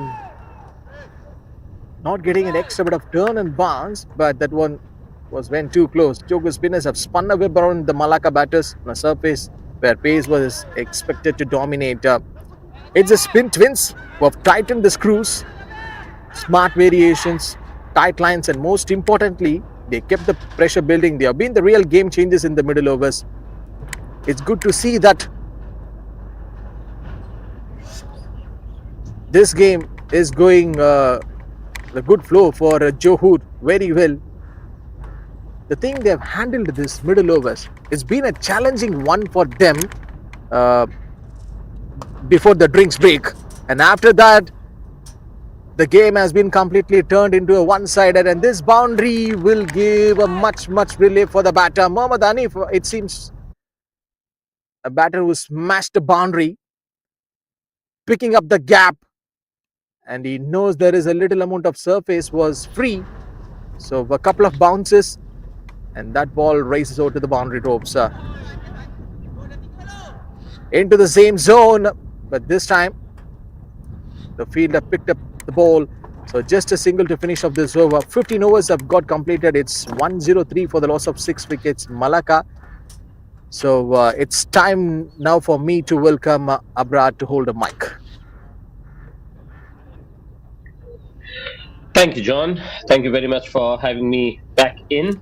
And what a contest this is turning out to be for Johor, definitely now with the ball in hand. Like you mentioned before, it has been an absolute masterclass in terms of spin bowling from Johor. They have been relentless, and I have to rather use the word ruthless because that's how they have performed in this inning so far. 15 overs done, 103 with a loss of 6, and now in comes Muhammad Fitri. He and Shamsul before this has both figures like gold, we have to say, because the target is 235, but look how much they have conceded. 8 runs from Fitri, Sham, and Shamsul gone for 11 in his 2. They have suffocated the chase really, and then came someone like of the ever so experienced Amir Azim with his left-arm spinner. He's picked up a wicket. He's kept things very timely as well. But talking about impact, I can't stop but mention Shahadat Ramli, the captain, once again after the half century. He stepped up quite beautifully. His 2 overs gone for 19, and what a shot that is. They need more of that, but on that occasion I think they don't really have the momentum in their way. Such a shot we've often seen to just roll away to the boundary. On that occasion, not really gotten any kind of power. Tells us a lot about the mind frame. You talk about big moments. Shahadat Ramli's 2 wickets really broke the chase for Malacca here. And now in the middle are Afiq alongside the captain Hanif. The captain has scored 6 runs of 5 deliveries, and Afiq Mukri has scored 6 of 8. So it's desperation time for Malacca here. The required run rate is 30. So mathematically speaking, of course, they have a chance. But of course, cricket is a very logical game, and you don't really expect batters to come and hit sixes of every ball. So we have to give credit to Johor just because of the way that they have approached this game. And I think right from the word go, when they came out with the toss, they had decided to have a bat first. They put such a go with the bat in hand, and almost everyone really chipped in when it comes to their batting as well. For Johor, Gulraiz Muhammad started the innings with 57 of 34, and then Hassan Masood once again playing such a vital knock, scoring 74 of 45. But really that cameo from Shahadat Ramli, it's one of those matches where you can't really decide who's been your absolute standout performer, because there's been so many performers for Johor who have stepped up. And with the ball as well, I think we have to give credit to Shazul Izzat, who was outstanding with that new ball, just allowing Johor to come so strongly in this game that later in this innings, it's where the spinners who have absolutely capitalized on that start. So once again with the ball, it was also Gulraiz who set the tone beautifully. And then since then, it has been Shahadat leading from the front. That goes up in the air. The captain had to go after it. Fielder underneath. And once again, an excellent catch this time taken. And another wicket has fallen. I think he'll hurt himself, but Amir Azim will feel very good nevertheless, because he's a very outstanding fielder and you expect him to take these. So with that, the captain is walking back to the pavilion thanks to some outstanding effort in the field from the bowler, who's delivered a flighted delivery and almost enticed the batter to go after it. Good amount of ground was covered by him, and eventually he's able to take it quite cleanly. So with that, 7 down, 106 on the board, 16.2 done. But now the real question is going to be, can Malacca really play out the entire 20 overs? Because the way Johor is going at it, it is looking very difficult. Talking about our runs, 129 still needed. So they will want to make the deficit as small as possible, because at this stage, Malacca were the team that was undefeated, but really, Johor have come out like a different beast after losing their first game. They've been so sensational throughout. In the previous game, we saw a very good effort with the bat in hand from them. They really outplayed and outclassed the opposition. And today, we're looking at a very similar approach from Johor as well. So, after that first hiccup, they've come very strongly into this competition. And if they're able to continue this way, they're really looking like a team to watch out for. In comes Danish. Danish is the new batter. Danish Mohad Rizal. And Amir Azim has already picked up 2 wickets. He's yet to concede a run in his final over. Let's see how he finishes this. And here he comes. Oh, his captain front straightforward, should be given out, and no hesitation. So plumb in front first ball, and almost as if Danish did not really have any intention to come out there and make an impression. So really, Amir Azim is going to take it. It's a brilliant effort with the ball in hand for the left-arm spinner. And just sticking to basic here, as you can see, that was a flighted delivery, and the batter in absolutely no position, plumb in front, and umpire raises that crooked finger. So with that, 8 wickets down now, and Amir Azim, would you believe it, would be on a hat-trick and just making himself another contender in terms of the Johor players who really stood out to the occasion. Don't forget, he played a cameo as well. He scored 10 of just the 4 deliveries that he had to face, and right now he's turning on the heat with the ball. And every bowler dreams of a hat-trick. Let's see if he gets an opportunity here.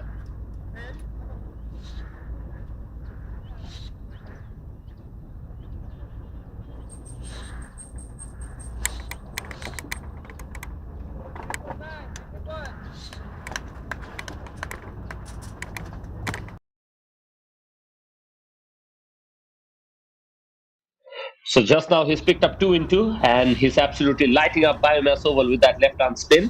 And now riding that sensational momentum, let's see if this young man can just deliver one more golden delivery with that straight arm and rip the defense of the new batter. In comes the hat-trick ball, good delivery attacking the stump, just turning away at the very last moment. Good take by the wicketkeeper, but a delivery that almost would have deserved a wicket. He had the slip in play, but the batter missed it completely. So here comes the first run in that 5th delivery of the over. And Amir Azim so far has bowled so well, just gone for 23 runs and picked up 3 wickets. Is a spell so far. Really what Johor would have wanted from their key players. All of them are really delivering. Turn and Browns, eventually, he finishes that over. And you have to say that this wasn't just a spell. He bowled the match-defining moments.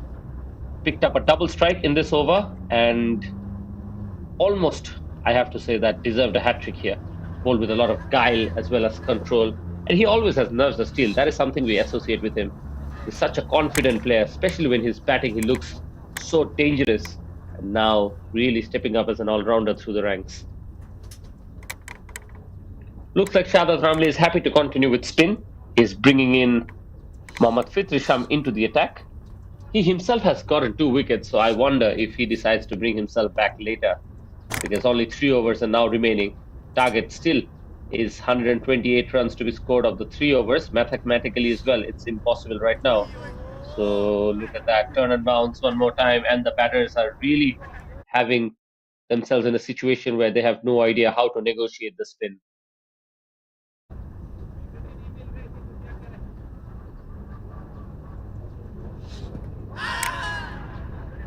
Oh, beautiful delivery one more time, turning away. And now you can see that Malacca has started to look absolutely devastated here.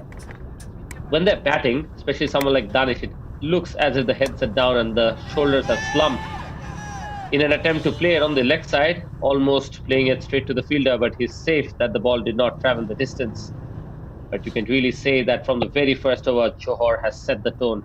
Shahadat Ramli and Gulraiz Mohammad started off with the new ball and did the damage early on and never truly allowed Malacca to just come out there and settle themselves in. So at the moment, we are observing not just a difficult outgo with the bat in hand from Malacca, but have to give credit to Johor because they haven't just created pressure, they have absolutely dominated. So with that, this is turning out to be another economical over, just one run in it, two more deliveries remaining. And Fitrisham is just happy to bowl at the length and allow the ball to extract that little bit of turn. I'm waiting for that one delivery where he can just bowl straight to the defense of Afik Mukri and maybe pick up a wicket here because he deserves it. He's bowled well. His economy is under 4, tells us a lot about how controlled his bowling has been. But trying to spoil the spell, we can see that there's been a misfield. Mohammad Fitri will be a little bit disappointed, but nevertheless, this is the completion of a very good spell of left-hand spin bowling. Just concedes a single, and in the end, he's gone on to give away just 13 runs in his 4. So with that, 18 overs done, 109 runs on the board with a loss of 8.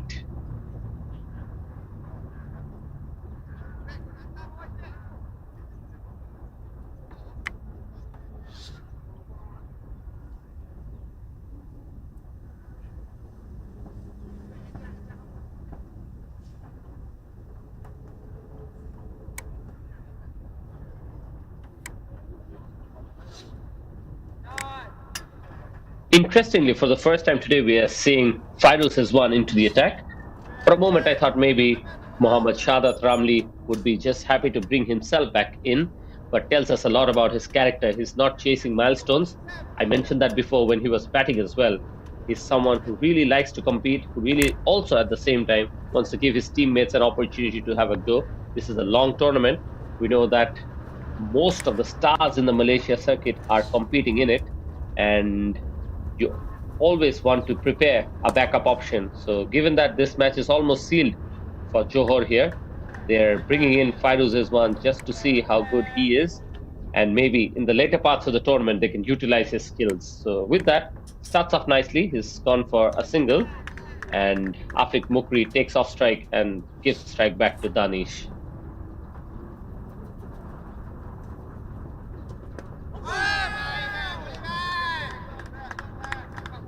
Much better from Fairuz here. He doesn't really need to do anything fancy. Attacking the stump is always going to be the best option, especially against the tail-enders. So he's sticking to that ploy.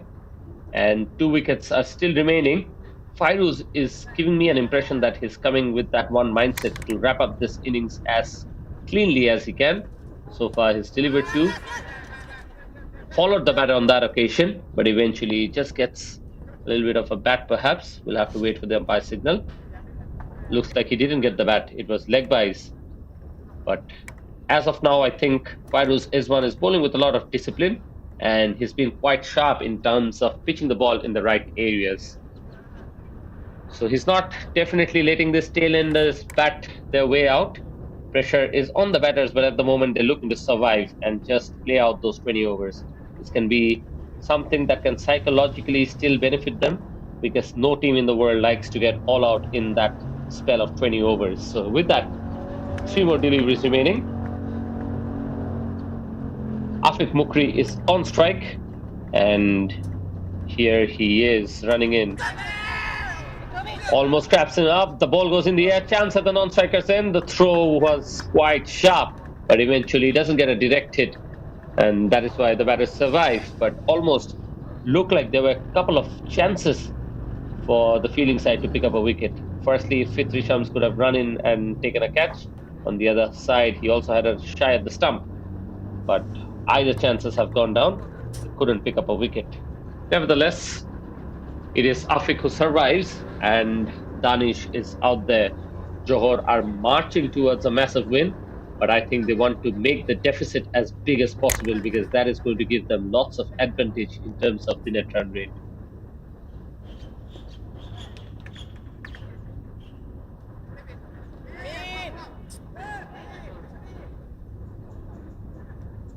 Looks like during that throw, Fitri Shams has gotten some kind of a niggle up that shoulder. And unfortunately, that is his bowling shoulder. It's that left hand. So you got to feel for him. I believe he's going off the field. So we have to hope and pray that he's okay because he's a very crucial member of this bowling lineup in terms of what Johor has to offer. He's had a good day today. His 4 overs gone for just 13 runs. And from one side, he's really been the most economical bowler for Johor today. With that, now a replacement has been on the field, and now Fairuz's one is to continue.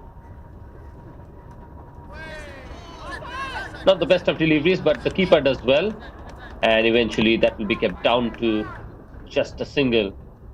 So good effort by the wicketkeeper. Interestingly, it is looking like Hassan Masood who's keeping wickets. He's not a regular, but look how good he has been. He's one cricketer who has all the aspects to his game. He's an excellent batter, outstanding bowler when he has the ball in hand. Sometimes he bowls leg spin, sometimes he bowls those medium fast. And today I'm seeing him doing such good work with the glove in hand. Just look at that, effortless. It was a wide down the leg side, but I'm just taken apart by how good the wicket keeping has been from someone like him. So really interesting because in cricket, I think sometimes we forget that there are multiple facets to the game. You got to be an outstanding fielder. You have to be putting your effort with the bat whenever you get the opportunity. And if you're an all-rounder, you have a go with the ball as well. So with that, that is chipped in the air. There's a fielder underneath and straightforward chance, turning out to be a very good spell from Fairuz's one. And I'm glad that the captain, Shadat Ramli, has decided to go with him. He's just letting the young fast bowler Fairuz's one be with a little bit of confidence in him. These are the moments that you can sometimes inject young players with confidence, and this is an opportunity which he has grabbed with full precision here. So good bowling from Fairuz's one. He's done the job. By just conceding 4 runs, he's picked up 1 more wicket here. So with that, the final over is on the card. 114 runs from Malacca, and now comes the last batter. So I'm quite interested to see how Shadat Ramli now decides to hand over the ball to which bowler. He has plenty of options. Shahzul has bowled 3 alongside Gulraiz, and Shamsul Ikmal has bowled just 2 overs. He's been economical, and he himself, Shadat Ramli, the captain, has bowled only 2 overs, even though he's picked up 2 wickets. And look at that, we are seeing yet another new bowler into the attack. It is Samiul Alam. He's another very talented all-rounder, but he hasn't been used. And I have to say that the captain did not really need to go to anyone else, but in spite of that, he's handed the ball to 7 bowlers before Samiul Alam, and this is the 8th option we are observing today. Excellent captaincy from Shadat Ramli, I have to say. And these are the things that our viewers, if anyone young is watching the game and is a captain for their side, can really learn. Because sometimes when the game is done and dusted, it is a good time to just see what the rest of your teammates can do.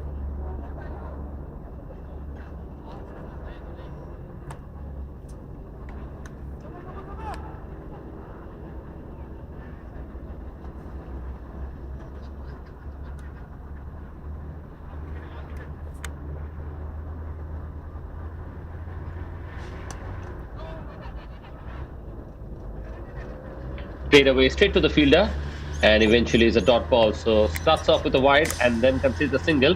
Now has a go at Muhammad on the other side, and that is rocked back and smashed away on the leg side, but doesn't have enough legs to take it to the boundary. So dealing with singles here, and Samiul Alam is just moving around his arm to pick up a wicket here, but that is not the case. With that, it is Danish on strike. This is much better played on the offside, but as you can see that the timing is almost missing. But you can't really expect much from the tail-enders. They have done their job with the ball in hand, but now expecting them to pick up boundaries will be a touch too much. Fuller delivery this time, plays nicely. There's a chance, easy, should be easy, but the throw was not with a lot of power. So eventually the single is taken quite easily. So with that, the last ball is coming in. They still need 116 runs. So of course that is unchaseable. And with that, would you believe it? The wicket falls. Umpire is not signaling it. I have to wait for it. Let's see what is the final decision. But regardless of it, it will be a dot. So we have to say that absolute domination from Johor. They won the game by 115 runs for sure. And this is a statement win. Absolutely clinical first with the bat. And then we have to say they were ruthless and sharp with the ball in hand. So have to give full credit to the captain of Johor here, Shadat Ramli. He has led the team brilliantly, contributed with both bat and ball. First off, with a blistering half century of just a few deliveries, and then he's picked up 2 wickets to his name as well. Gulraiz was everywhere today. Talking about him can sometimes take a long day because he's been synonymous with Johor, like I often mentioned. He has had a half century to his name as well, and today he picked up 2 wickets with the ball in hand as well. And another scintillating innings. The top scorer today is Hassan Masood. He has backed up his previous performance with yet another polishing knock of 74. He was not out. Eventually, a cameo from Amir Azim we saw with the bat. Later, with the ball, they were once again clinical. Amir Azim picking up 3 wickets and is at the top of the bowling cards. But Shadat Ramli and Gulraiz, like I mentioned before, were spectacular as well. Malacca eventually is not all out, but they have lost the match by a massive 115 runs. This is going to do a win that is going to deliver lots of goods to Johor here, to their confidence and their morale. But on the other hand, Malacca will have lots of things to discuss in their dugout later on in the day. So with that, the first match is completed. I'm Abrar Hussain. I'll be taking your leave, but such exciting contest is to come back in the afternoon game. So I request you all to stay with us. Thank you very much from up here. We'll be joining back shortly.